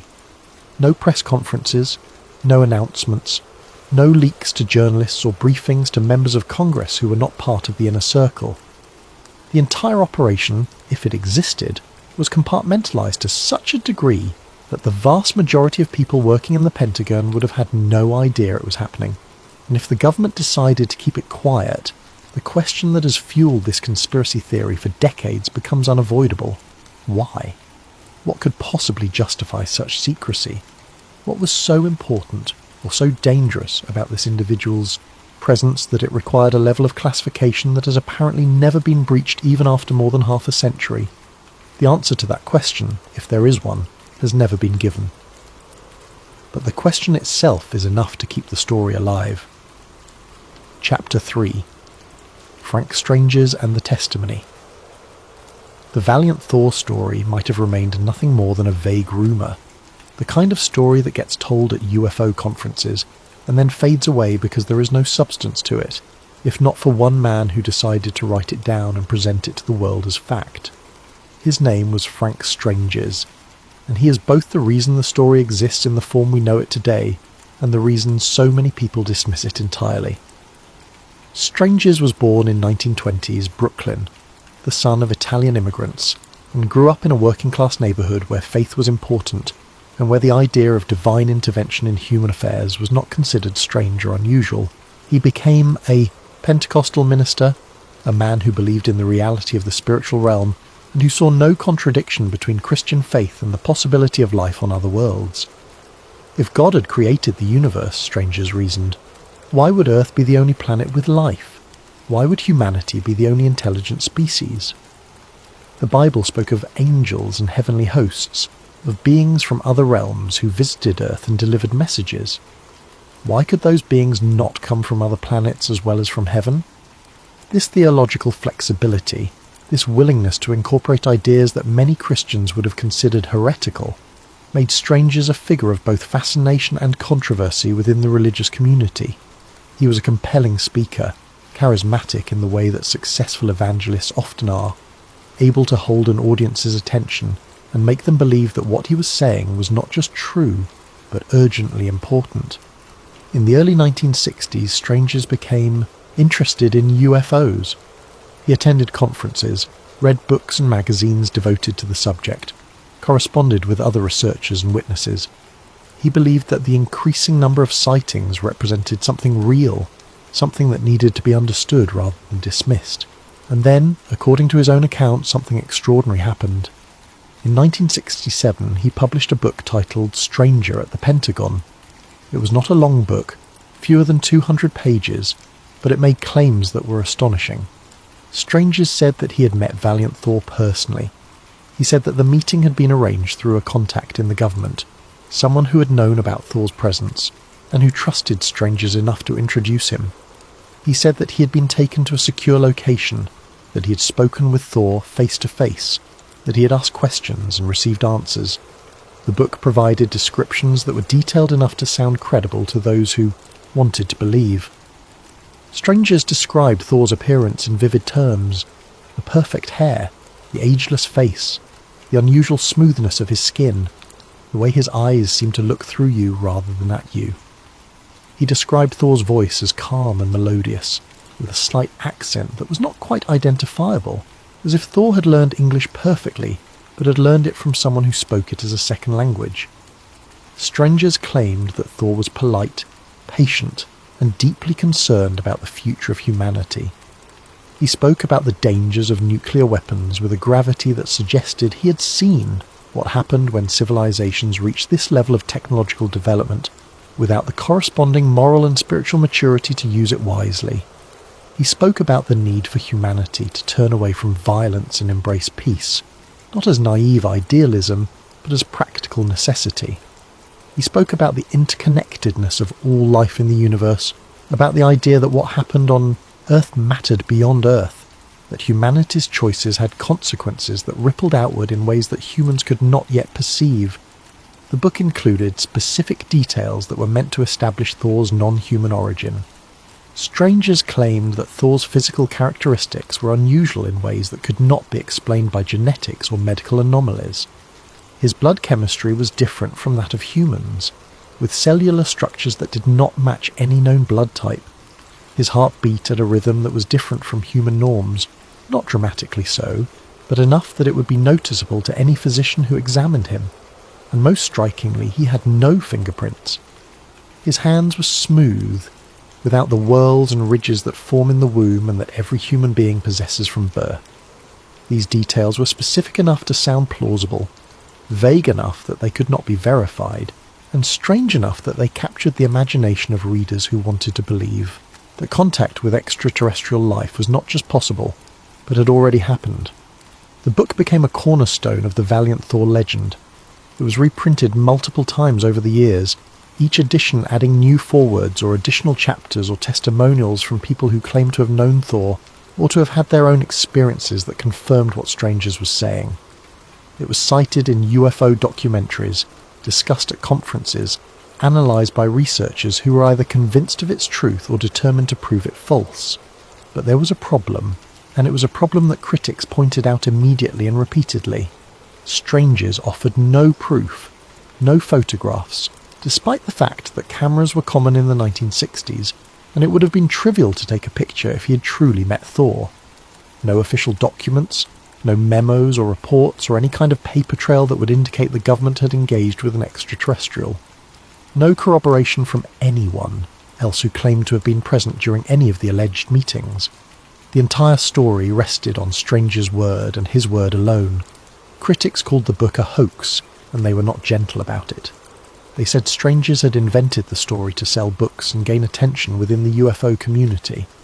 They pointed out inconsistencies in the narrative, places where details changed between different retellings. They noted that Strangers was a minister and an evangelist, someone whose profession required him to be persuasive, someone who knew how to tell a story in a way that moved people emotionally, even if it was not literally true, and they were not entirely wrong to be sceptical. Without evidence, the story was nothing more than a claim. An interesting claim, certainly, one that captured the imagination and raised profound questions about government secrecy and the possibility of extraterrestrial contact, but a claim nonetheless, unsubstantiated and unverifiable. But for believers, the lack of evidence was not a problem, it was confirmation. Because if the government had hosted an extraterrestrial, if such an event had occurred, it would have been classified at the highest possible level. There would be no photographs released to the public because the photographs themselves would be classified. There would be no documents because the documents would be locked away in vaults or destroyed entirely to prevent any possibility of disclosure. There would be no corroboration because everyone who had been present would have been sworn to secrecy under penalty of imprisonment or worse. The absence of proof in this framework was not evidence that the story was false. It was evidence that the cover-up was working exactly as it was designed to work. It was evidence that the government was capable of keeping secrets, which was not exactly a controversial claim given the number of classified programs that had been revealed over the years, often decades after they had been operational. And in the world of conspiracy theories, that logic is often enough to sustain a narrative indefinitely. Because once you accept that the government is capable of hiding the truth, then the absence of evidence becomes meaningless. Anything can be true, as long as you can construct a plausible reason why there would be no proof. Frank Strangers died in 2013, taking whatever truth or fiction he knew with him to the grave. But the book he wrote outlasted him. It continues to circulate, continues to find new readers, continues to serve as the primary source for anyone who wants to learn about Valiant Thor. And the question remains, unanswered and perhaps unanswerable. Was Frank Strangers a witness to something extraordinary? Or was he simply a gifted storyteller who understood that the most compelling lies are the ones that contain just enough detail to sound real. Chapter 4. The Pentagon Connection. One of the most persistent and troubling elements of the Valiant Thor story is the claim that he was housed near or within the Pentagon itself, one of the most secure facilities in the world. The Pentagon is not just a building, it is a symbol. It is the headquarters of the United States Department of Defense, the nerve center of American military power, the place where strategy is developed and decisions are made that affect the lives of millions of people around the world. It is a massive structure, one of the largest office buildings ever constructed, with 5 concentric rings connected by corridors that stretch for miles. More than 20,000 people work there on any given day, military personnel and civilian employees and contractors, all engaged in the vast bureaucratic machinery of national defence. Security at the Pentagon is not casual. Access is restricted and carefully controlled. Everyone who enters must have authorization. Everyone who works there is vetted. Everyone who moves through its corridors is tracked, at least in theory. The building houses classified information that, if disclosed, could compromise military operations, endanger intelligence assets, or reveal capabilities that adversaries are not supposed to know exist. The idea that an extraterrestrial could have lived there for years without anyone noticing, without the wrong person asking the wrong question, without a journalist or a congressman or a curious employee stumbling onto something that should not have been there, stretches credibility to the breaking point and beyond. And yet, that is exactly what the theory claims. According to the story, Valiant Thor was given quarters in a secure section of the Pentagon, a location that is never specified in any detail, but that is described as being accessible only to those with the highest levels of clearance. He was provided with accommodations that were comfortable and private. He was given clothing that allowed him to blend in, or at least to avoid standing out in a way that would attract unwanted attention. He was granted clearance that allowed him to move through the building without restriction, to attend meetings, to access information, to speak with officials who ranged from mid-level analysts to senior military leadership. The theory does not claim that everyone in the Pentagon knew about him. That would have been impossible to maintain. Too many people, too many opportunities for someone to talk or to leak information, or to simply ask a question that would unravel the entire operation. Instead, the theory claims that access to Thor was restricted to a small group of officials with the highest levels of clearance, people who had been read into the program and who understood that disclosure was not an option. Compartmentalization is a standard practice in classified operations. Information is shared only on a need-to-know basis. Different teams work on different aspects of a project without knowing what the other teams are doing. Entire programs can operate within the Pentagon without the majority of the building's occupants having any idea they exist.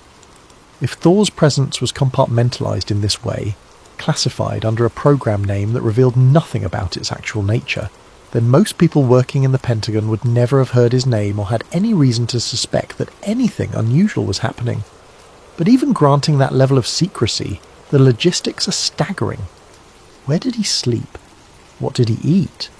How did he move through the building without attracting attention? How did he communicate with the outside world, if he did at all? How were meetings arranged? How was his presence explained to the people who did see him, the secretaries and assistants and guards who would have encountered him in hallways or waiting rooms? The theory does not provide satisfying answers to these questions, which is one reason skeptics find it so easy to dismiss.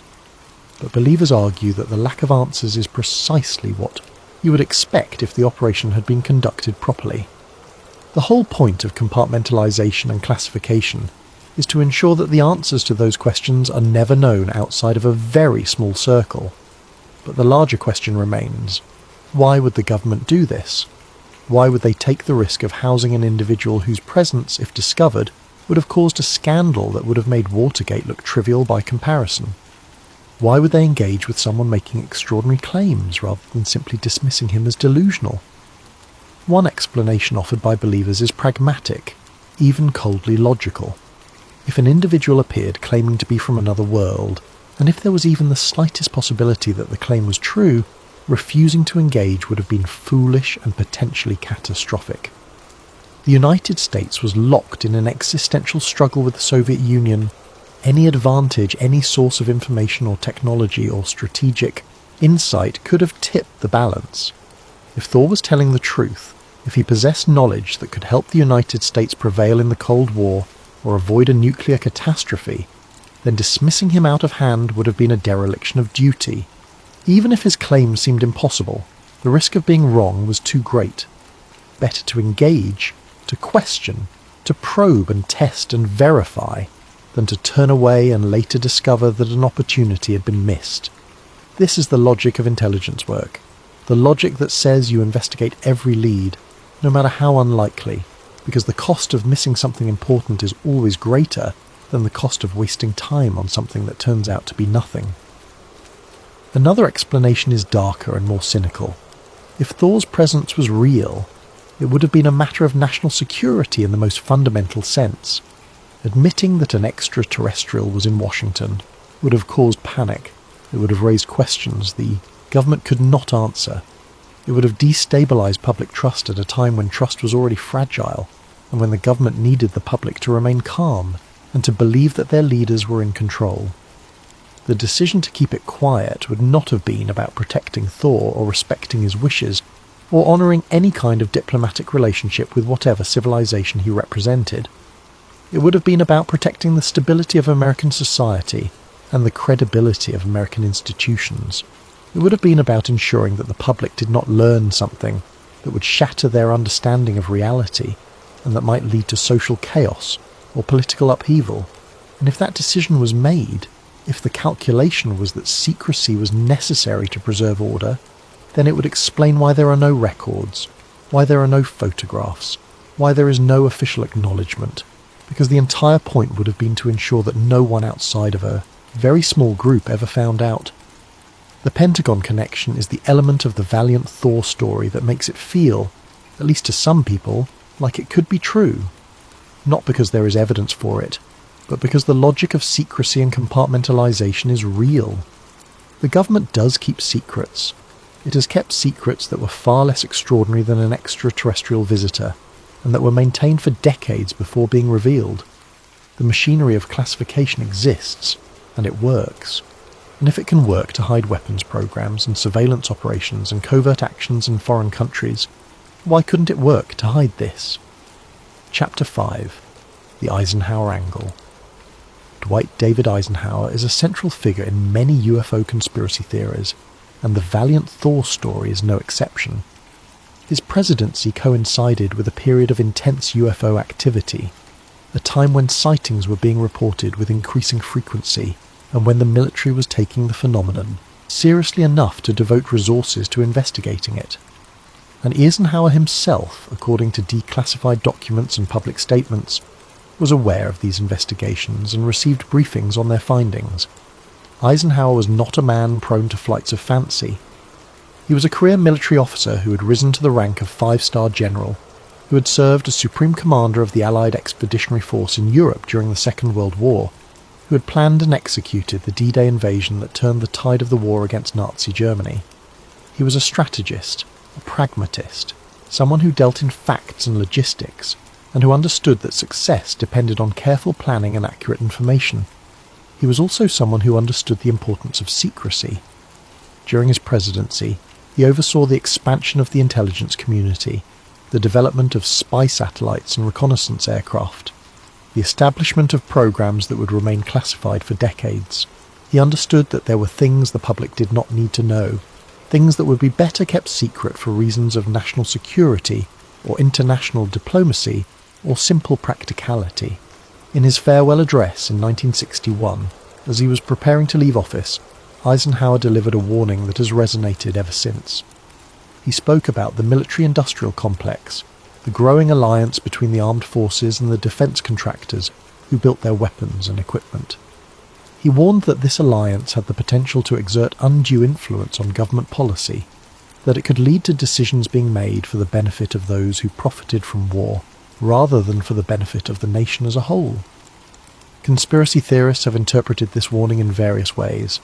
Some see it as evidence that Eisenhower had become aware of secret programs that troubled him.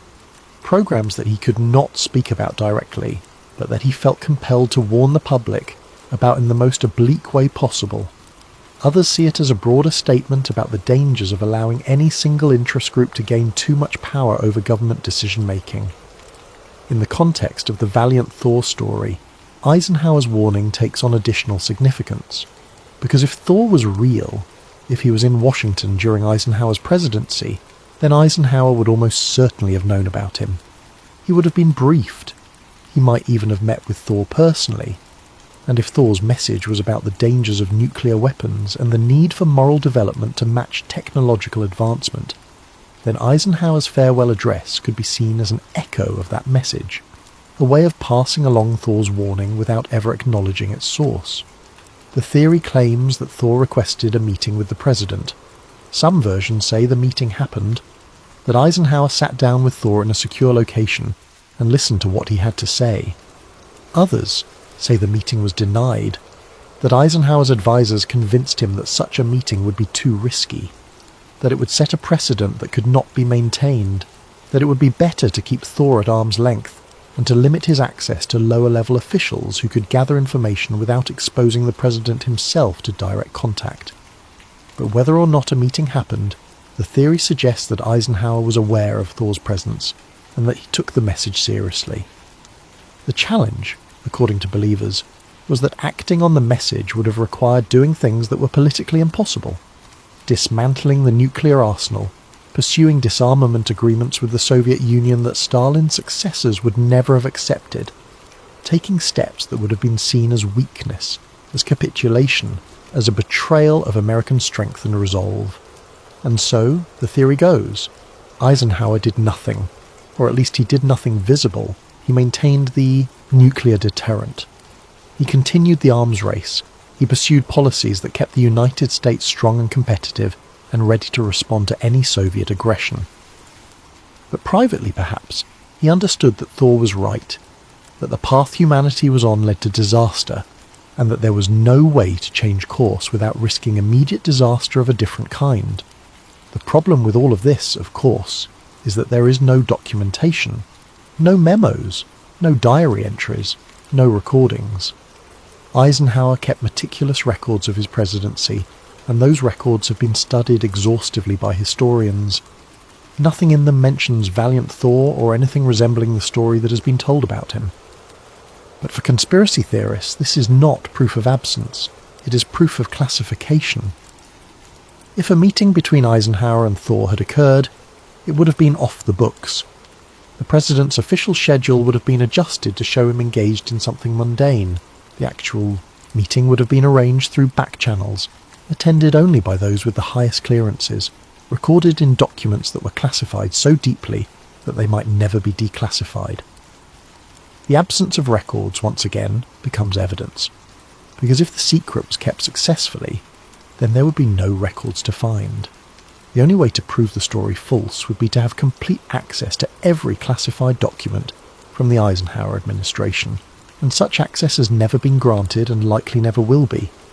And so the Eisenhower angle remains part of the Valiant Thor story, unproven, unprovable, but persistent, because it fits the larger narrative of secrecy and missed opportunities and warnings that were heard but not heeded. Chapter 6. The Biological Oddities. One of the most compelling aspects of the Valiant Thor story, at least for those who believe it, is the claim that his biology was fundamentally different from that of humans in ways that were subtle but unmistakable to anyone who examined him closely. According to Frank Stranges and others who have elaborated on the story over the years, Thor looked human. He could walk down a street in Washington, and no one would give him a second glance. He did not have green skin or antennae, or any of the dramatic physical features that science fiction had taught people to associate with aliens. From a distance, he was indistinguishable from any other well-dressed man in the nation's capital. But upon closer examination there were anomalies, small things that would only be noticed by someone who was looking carefully, someone with medical training or scientific curiosity or both. His blood chemistry was reportedly unlike anything doctors had seen. The exact details vary depending on the source and the telling, but the core claim is consistent. Thor's blood did not match any known human blood type. It was not A or B or AB or O. It was something else entirely, with cellular structures that did not conform to the patterns that medical science had documented in millions of human blood samples. Some versions of the story claim that his blood cells were shaped differently, that they were more efficient at carrying oxygen, or that they contained elements that were not present in human blood. Others suggest that his blood had properties that allowed it to resist disease or radiation in ways that human blood could not. Still others leave the details deliberately vague, saying only that tests were conducted and that the results were anomalous enough to convince the doctors who examined him that they were not dealing with a normal human being. His heart was said to beat at a different rhythm, not dramatically faster or slower than a human heart, but different in a way that was subtle and difficult to describe. Some accounts say his heart had a different structure, additional chambers or valves that changed the pattern of blood flow. Others say the rhythm itself was irregular in a way that would have been pathological in a human, but that seemed perfectly healthy in Thor. And then there is the most frequently cited detail, the claim that Thor had no fingerprints. Fingerprints are one of the most fundamental and universal human characteristics. They form during fetal development, created by the interaction between the growing skin and the amniotic fluid in the womb. The patterns are unique to each individual, so unique that they have been used for identification purposes for more than a century. Every human being has them. Criminals have tried to remove them through burning or chemical treatment, but the patterns grow back. They are a feature of being human, except, according to the story, Thor did not have them. His hands were smooth, without the whorls and loops and ridges that cover human fingertips. This detail has become one of the most iconic elements of the valiant Thor legend, repeated in nearly every retelling of the story, cited as one of the primary pieces of evidence that Thor was not human. The problem, as with every other aspect of the story, is that these claims are impossible to verify. There are no medical records, no blood samples preserved in a laboratory somewhere, no photographs of Thor's hands that clearly show the absence of fingerprints, no testimony from doctors or scientists who can confirm that they examined him and found these anomalies. The entire basis for these assertions comes from anecdotal testimony, primarily from frank strangers who claim to have been told these details by government officials or to have observed them himself during his alleged meeting with Thor. And strangers, whatever his intentions or motivations, was not a medical professional. He had no formal training in biology or anatomy. He was a minister and a UFO enthusiast, someone whose interest in Thor was spiritual and philosophical rather than scientific. Skeptics point out that the claims about Thor's biology are oddly specific for something that cannot be proven. If his blood was so unusual, why were no samples taken for independent analysis? If his heart beat differently, why were no cardiograms made? If he had no fingerprints, why was no attempt made to document this through photography or forensic analysis? The lack of evidence is glaring, and in any other context it would be sufficient to dismiss the claims entirely. But believers respond with the same argument they always do. If Thor's biology had been studied, the results would have been classified. They would have been locked away in secure facilities, accessible only to those with the proper clearances. They would never have been released to the public because releasing them would have confirmed that the government had engaged with a non-human entity, and such a confirmation would have raised questions that the government was not prepared to answer. The absence of documentation in this framework is not evidence that the claims are false. It is evidence that the information is being withheld. It is evidence that the cover-up extends not just to Thor's presence, but to every detail about him, including the scientific and medical data that would prove he was not human. And so, the biological oddities remain part of the story, unverified, unverifiable, but persistent, because they provide the story with a foundation of specificity that makes it feel more real than it would if Thor were simply described as looking and acting human in every way. The details, strange as they are, give the story texture. They make it feel like something that could have happened, even if there is no proof that it did. Chapter 7. The Message.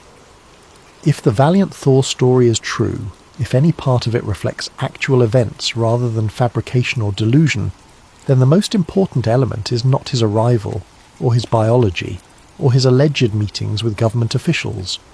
The most important element is the message he came to deliver, because according to the narrative, Thor did not come to Earth as a tourist or an observer. He came with a purpose. He came to warn humanity about the path it was on, and to offer an alternative before it was too late. The core of his message, as it has been recounted in various sources over the decades, was simple and stark. Humanity had to abandon nuclear weapons. The development of nuclear technology represented a threshold moment in human history. For the first time, a species had created weapons capable of destroying not just armies or cities, but entire civilizations, perhaps even rendering the planet uninhabitable for any complex life. This was not an incremental advancement. This was not a more powerful version of something that had come before. This was something new, something that changed the rules of existence in a fundamental way. Thor's message, as described by those who claim to have heard it, or to have been told about it, was that technological advancement without corresponding moral and spiritual development was a recipe for disaster. Humanity had gained the ability to destroy itself before it had gained the wisdom to choose not to. And history, according to Thor, was full of examples of civilizations that had reached this same crossroads and had made the wrong choice. He was not speaking theoretically. He was speaking from experience, or at least from knowledge of what had happened to others. Civilizations that had developed weapons of mass destruction had either learned to control them or had used them and ceased to exist. There was no middle ground, no third option. Either humanity would step back from the brink, or it would fall over the edge. The message resonated deeply with the anxieties of the time. The Cold War was not an abstract political conflict. It was a very real and present danger that hung over every aspect of life in the 1950s and 60s. The Cuban Missile Crisis, which occurred in 1962, brought the world closer to nuclear war than it had ever been. For 13 days, American and Soviet leaders engaged in a tense standoff that could have ended in catastrophe. Missiles were armed, bombers were in the air, submarine commanders were given authorization to use nuclear weapons if they lost contact with their superiors. The world came within a hair's breadth of annihilation, and then, at the last possible moment, both sides backed down. Agreements were reached, the missiles were withdrawn, the crisis passed, but the fear remained, because everyone understood that it could happen again, that the next crisis might not end peacefully, that somewhere, somehow, a decision would be made, or an accident would occur that would trigger the sequence of events that would end civilization. Thor's message, if it was real, spoke directly to that fear.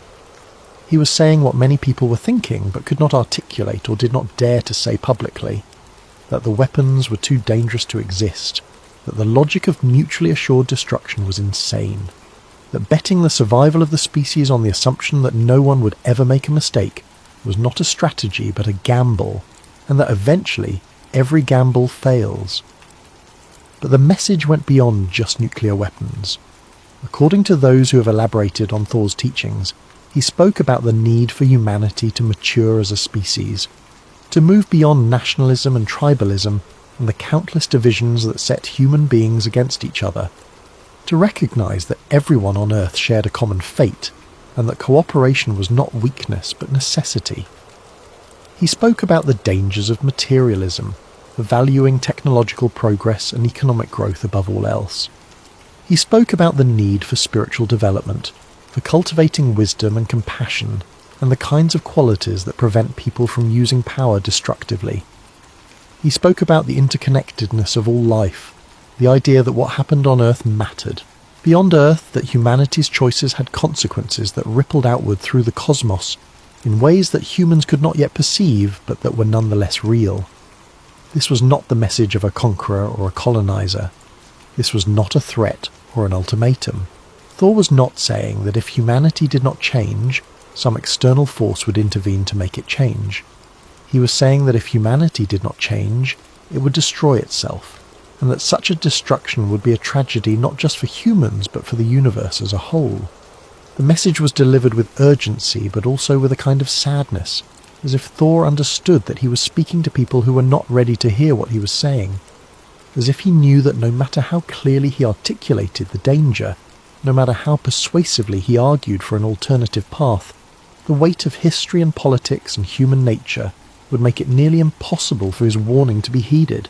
And according to the story, he was, right? The government officials who allegedly met with Thor listened, they asked questions, they engaged with his arguments, they may have even been convinced on some level that he was telling the truth, but they did not act. They did not dismantle the nuclear arsenals. They did not pursue the kind of radical disarmament that Thor was advocating. They did not change course. The reasons for this inaction, according to the theory, were practical and political. Disarming unilaterally would have left the United States vulnerable to Soviet aggression. The Soviet Union, for its part, would never have agreed to disarm as long as it believed the United States was a threat. The balance of power depended on the threat of retaliation. To give up that threat would have been to invite defeat, and no leader could justify such a decision to their people or to history. And so Thor's message, if it was ever delivered, was acknowledged and then set aside, filed away in some classified archive, perhaps, or simply forgotten as officials moved on to more immediate concerns. The warning was heard, but it was not heeded. Some versions of the story claim that Thor grew frustrated as the years passed, that he saw the futility of his mission, that he realized humanity was not ready to change, that the political and social structures that governed human behavior were too rigid, too invested in the status quo to allow for the kind of transformation he was advocating.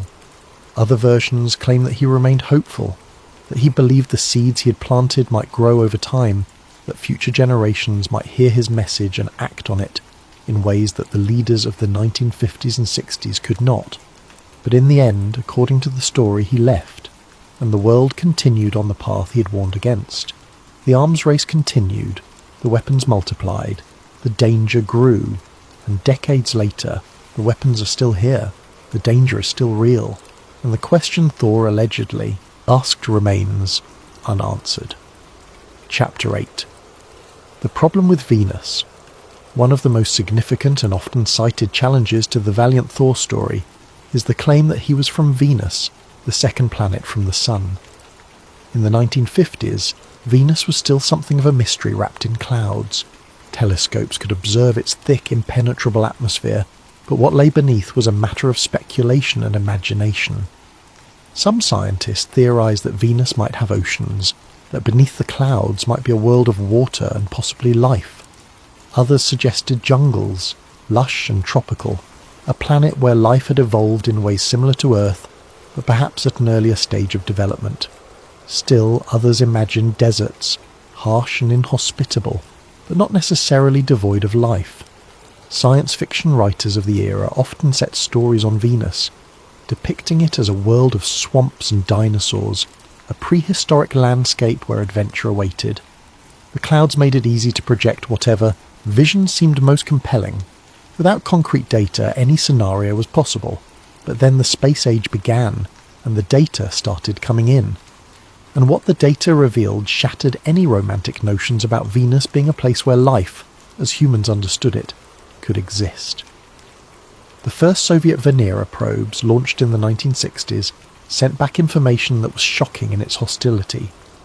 The surface temperature of Venus was not just hot, it was hundreds of degrees, hot enough to melt lead. The atmospheric pressure at the surface was crushing, nearly 100 times that of Earth at sea level, equivalent to being a kilometre underwater in Earth's oceans. The atmosphere itself was composed primarily of carbon dioxide, with clouds of sulfuric acid that would dissolve any unprotected material in minutes. Later missions confirmed and expanded on these findings. Venus was not a world of oceans or jungles, it was a hellscape, a planet where the greenhouse effect had run wild, trapping heat until the surface became an inferno. There was no water, no breathable air, no magnetic field to protect against radiation. It was, in every measurable way, one of the most hostile environments in the solar system. For skeptics, this was the death blow to the valiant Thor story. If Thor claimed to be from Venus, and Venus was demonstrably uninhabitable, then Thor was either lying or delusional or both. The entire story collapsed under the weight of observable, verifiable reality. Spacecraft had been there. They had measured the conditions. There was no ambiguity. Venus could not support life. And yet conspiracy theorists did not abandon the story. They adapted it. One common response is to argue that Thor deliberately simplified or obscured his true origin. That he said Venus because it was a name humans would recognise, a celestial object that was familiar and that seemed plausible at the time, but that he was actually from somewhere else, perhaps a moon of one of the outer planets, perhaps a planet in another star system entirely, perhaps a parallel dimension or an alternate reality where Venus existed in a different state. This explanation allows believers to preserve the core narrative while acknowledging that the Venus claim is problematic. It reframes Thor not as a liar, but as someone who was communicating in a way that humans of the time could understand, even if that meant simplifying or altering details that would have been too complex or too confusing to explain.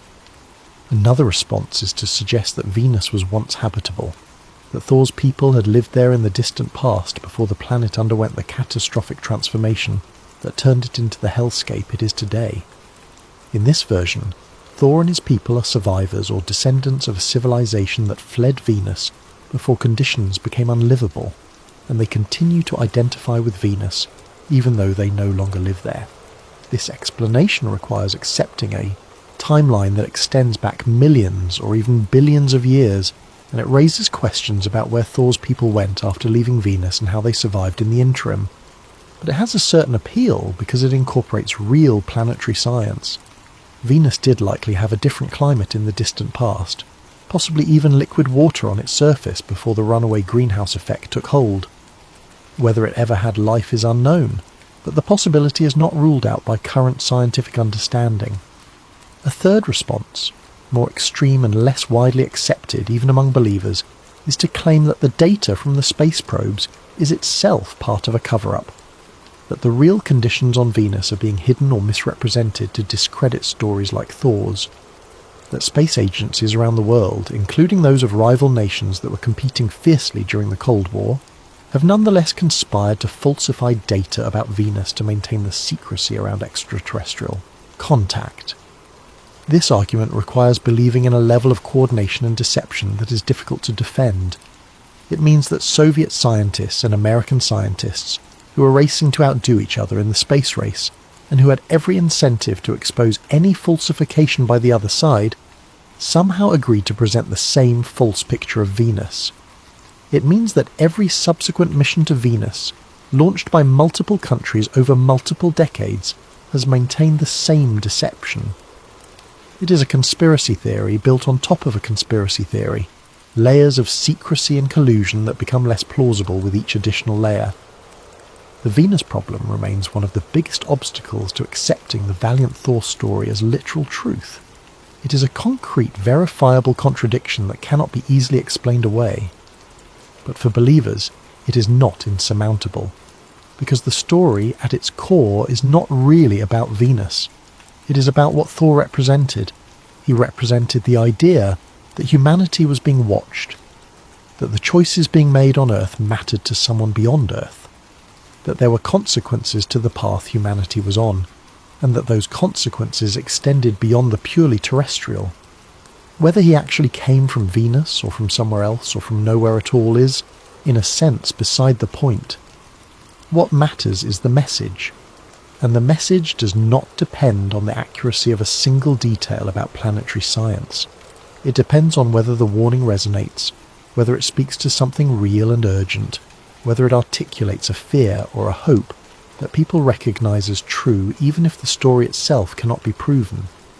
And on that level, the Venus problem is a distraction, an obstacle for skeptics to point to, certainly, but not enough to kill the story. Because stories like this survive not because every detail is accurate, but because they touch something deeper than facts. Chapter 9. The Quiet Disappearance. Every story needs an ending, and the valiant Thor story has one. But it is not the kind of ending that provides resolution or clarity, or even a sense that the narrative has reached its natural conclusion. It is an ending that feels more like a door closing quietly in the night, leaving behind only questions and silence. According to the narrative, valiant Thor remained in Washington for several years. The exact length of time varies depending on which version of the story you read or who is telling it. Frank Strange's claimed it was 3 years. Other sources suggest it might have been longer, perhaps as many as 5 years or more. The timeline is deliberately vague, which skeptics cite as evidence of fabrication, but which believers interpret as another sign of classification, of details being obscured to protect the operation. During his time in Washington, Thor allegedly continued to meet with officials, to provide information and perspective to articulate his warnings about the dangers facing humanity, but at some point it became clear that his mission was not succeeding. The warnings were being heard, but they were not being acted upon.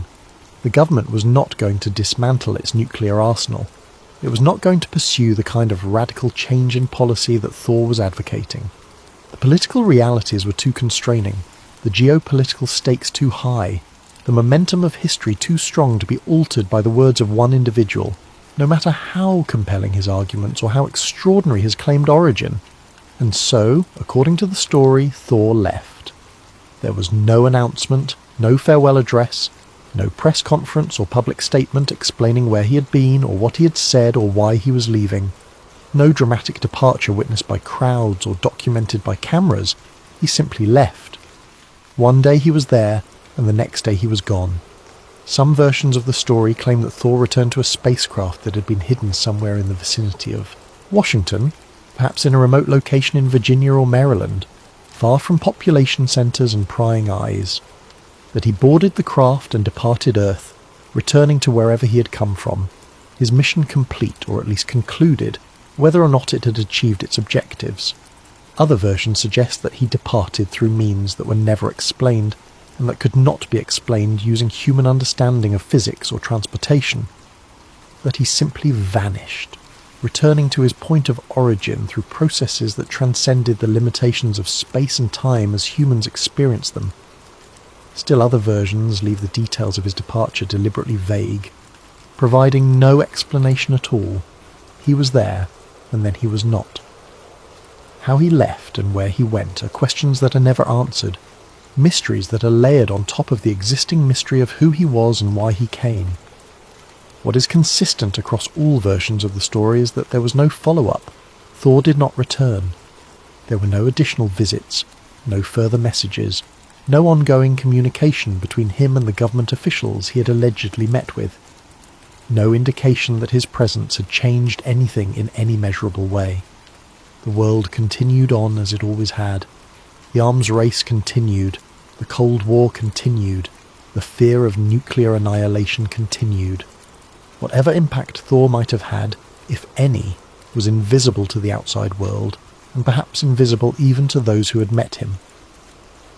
The lack of follow-up is one of the elements of the story that skeptics find most damning. If Thor had been real, if contact had been made, why would it end so abruptly? Why would there be no ongoing relationship, no continued dialogue, no attempt to maintain the connection that had been established? The silence that followed Thor's alleged departure suggests that nothing happened at all, that the entire story is fabrication from beginning to end. But believers interpret the silence differently. They see it as evidence that Thor recognized the futility of his mission, that he understood, after years of engagement, that humanity was not ready to change, that the political and social structures that governed human behavior were too rigid, too invested in maintaining the status quo to allow for the kind of transformation he was advocating. He had delivered his message. He had been heard, even if he had not been heeded. And there was nothing more he could do. Some versions of the story suggest that Thor was not acting alone, that he was part of a larger group or civilization that had been monitoring Earth, and that his mission was one of many such missions conducted over the years. In this interpretation, his departure was not a rejection of humanity, but a recognition that each civilization must find its own path, must make its own choices, and that interference beyond a certain point would be counterproductive or even harmful.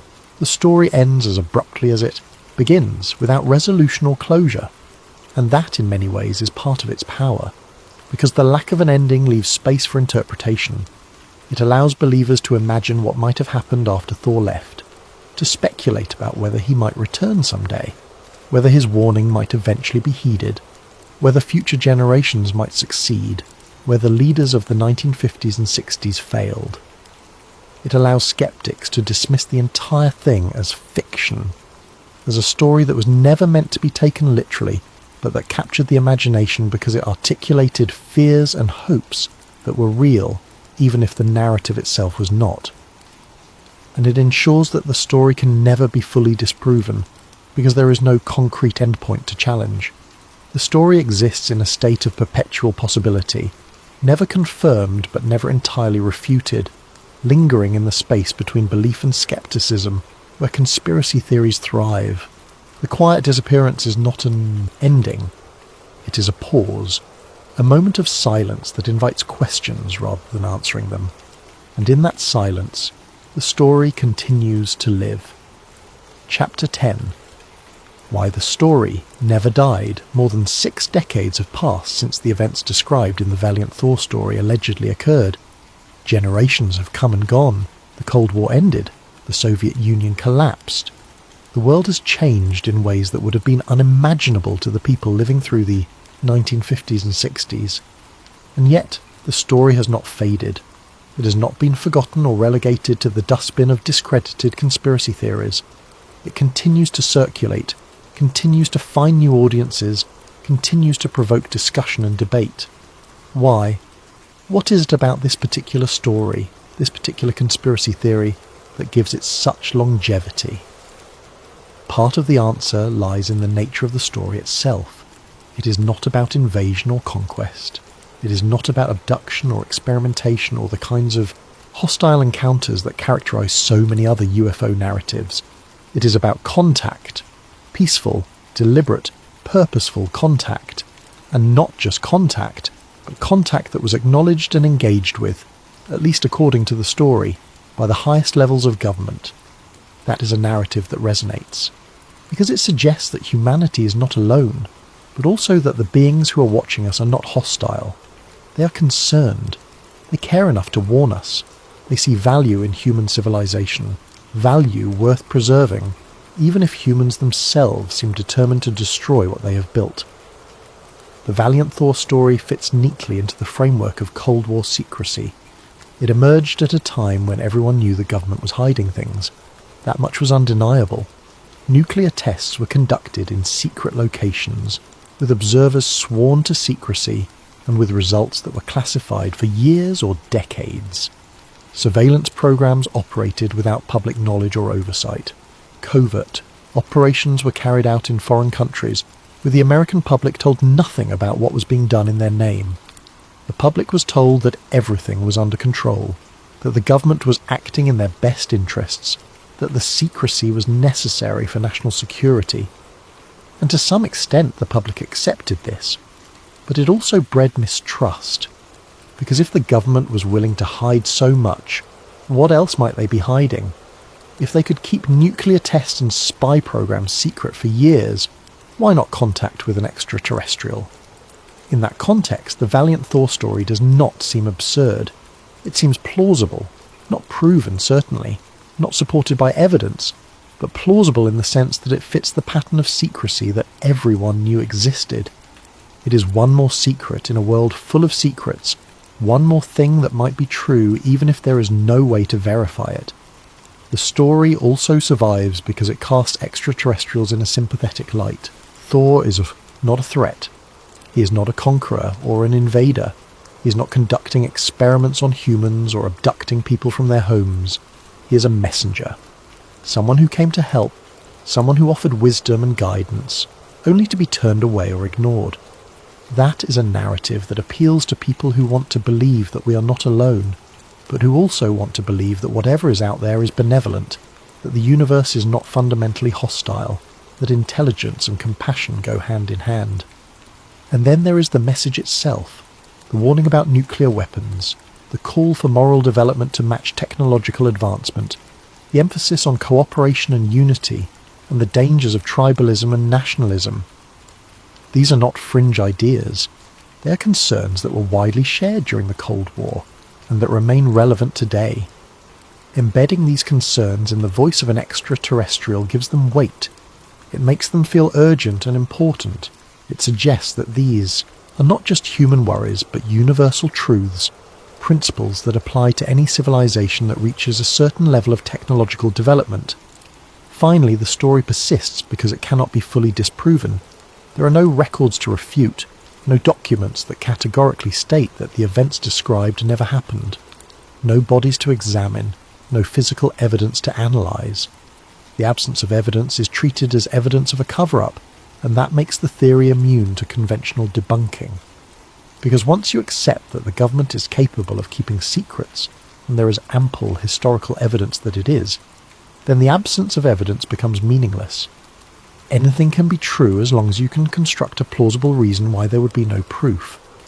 This is the paradox at the heart of all conspiracy theories. They survive not despite the lack of evidence, but because of it.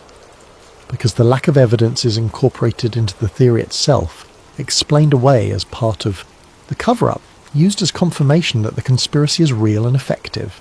The Valiant Thor story is, in many ways, a perfect conspiracy theory.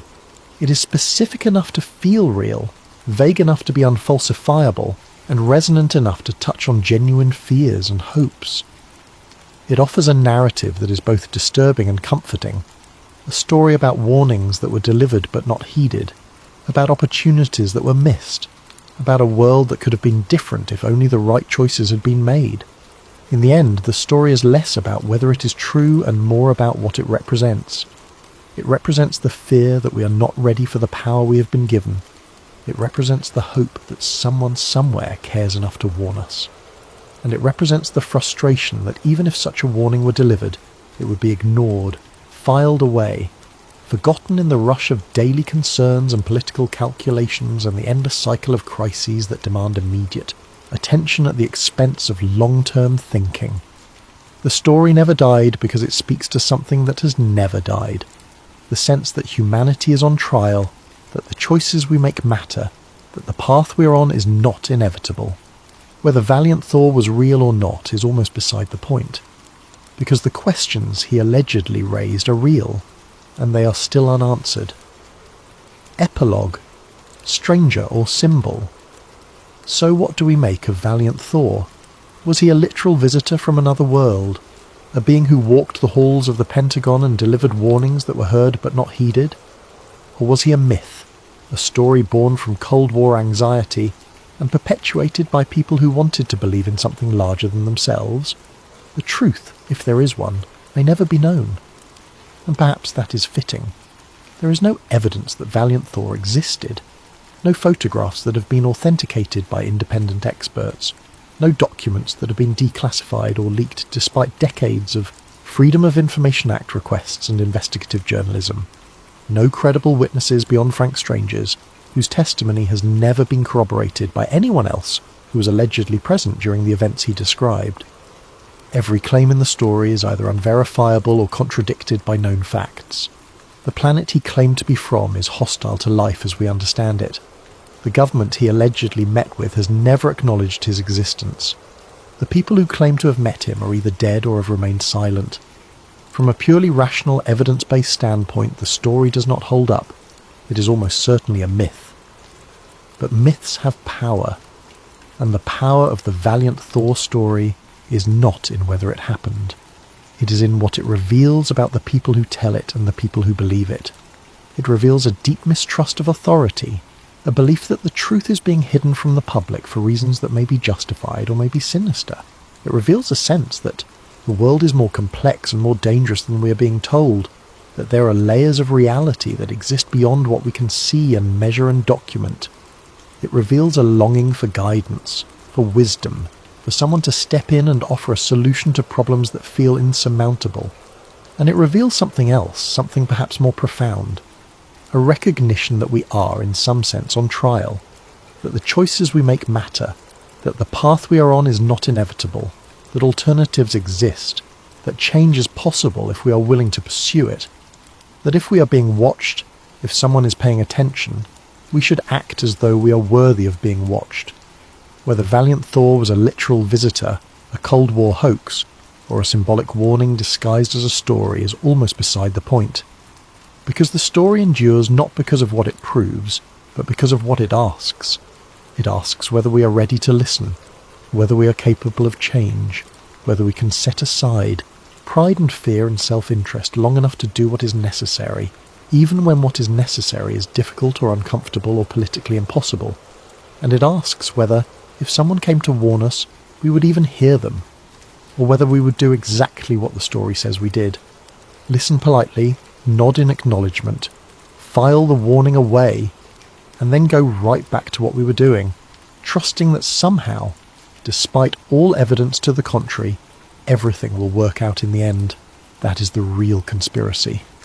Not that an extraterrestrial came to Earth in the 1950s, but that if one did, we would do exactly what the story describes.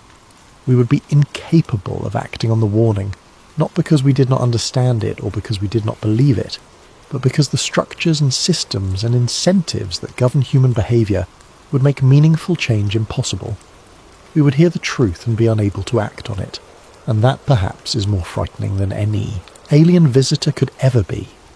Valiant Thor may never have existed, but the fear that drove his story is real, and it is still with us, because the weapons are still here, the danger is still real.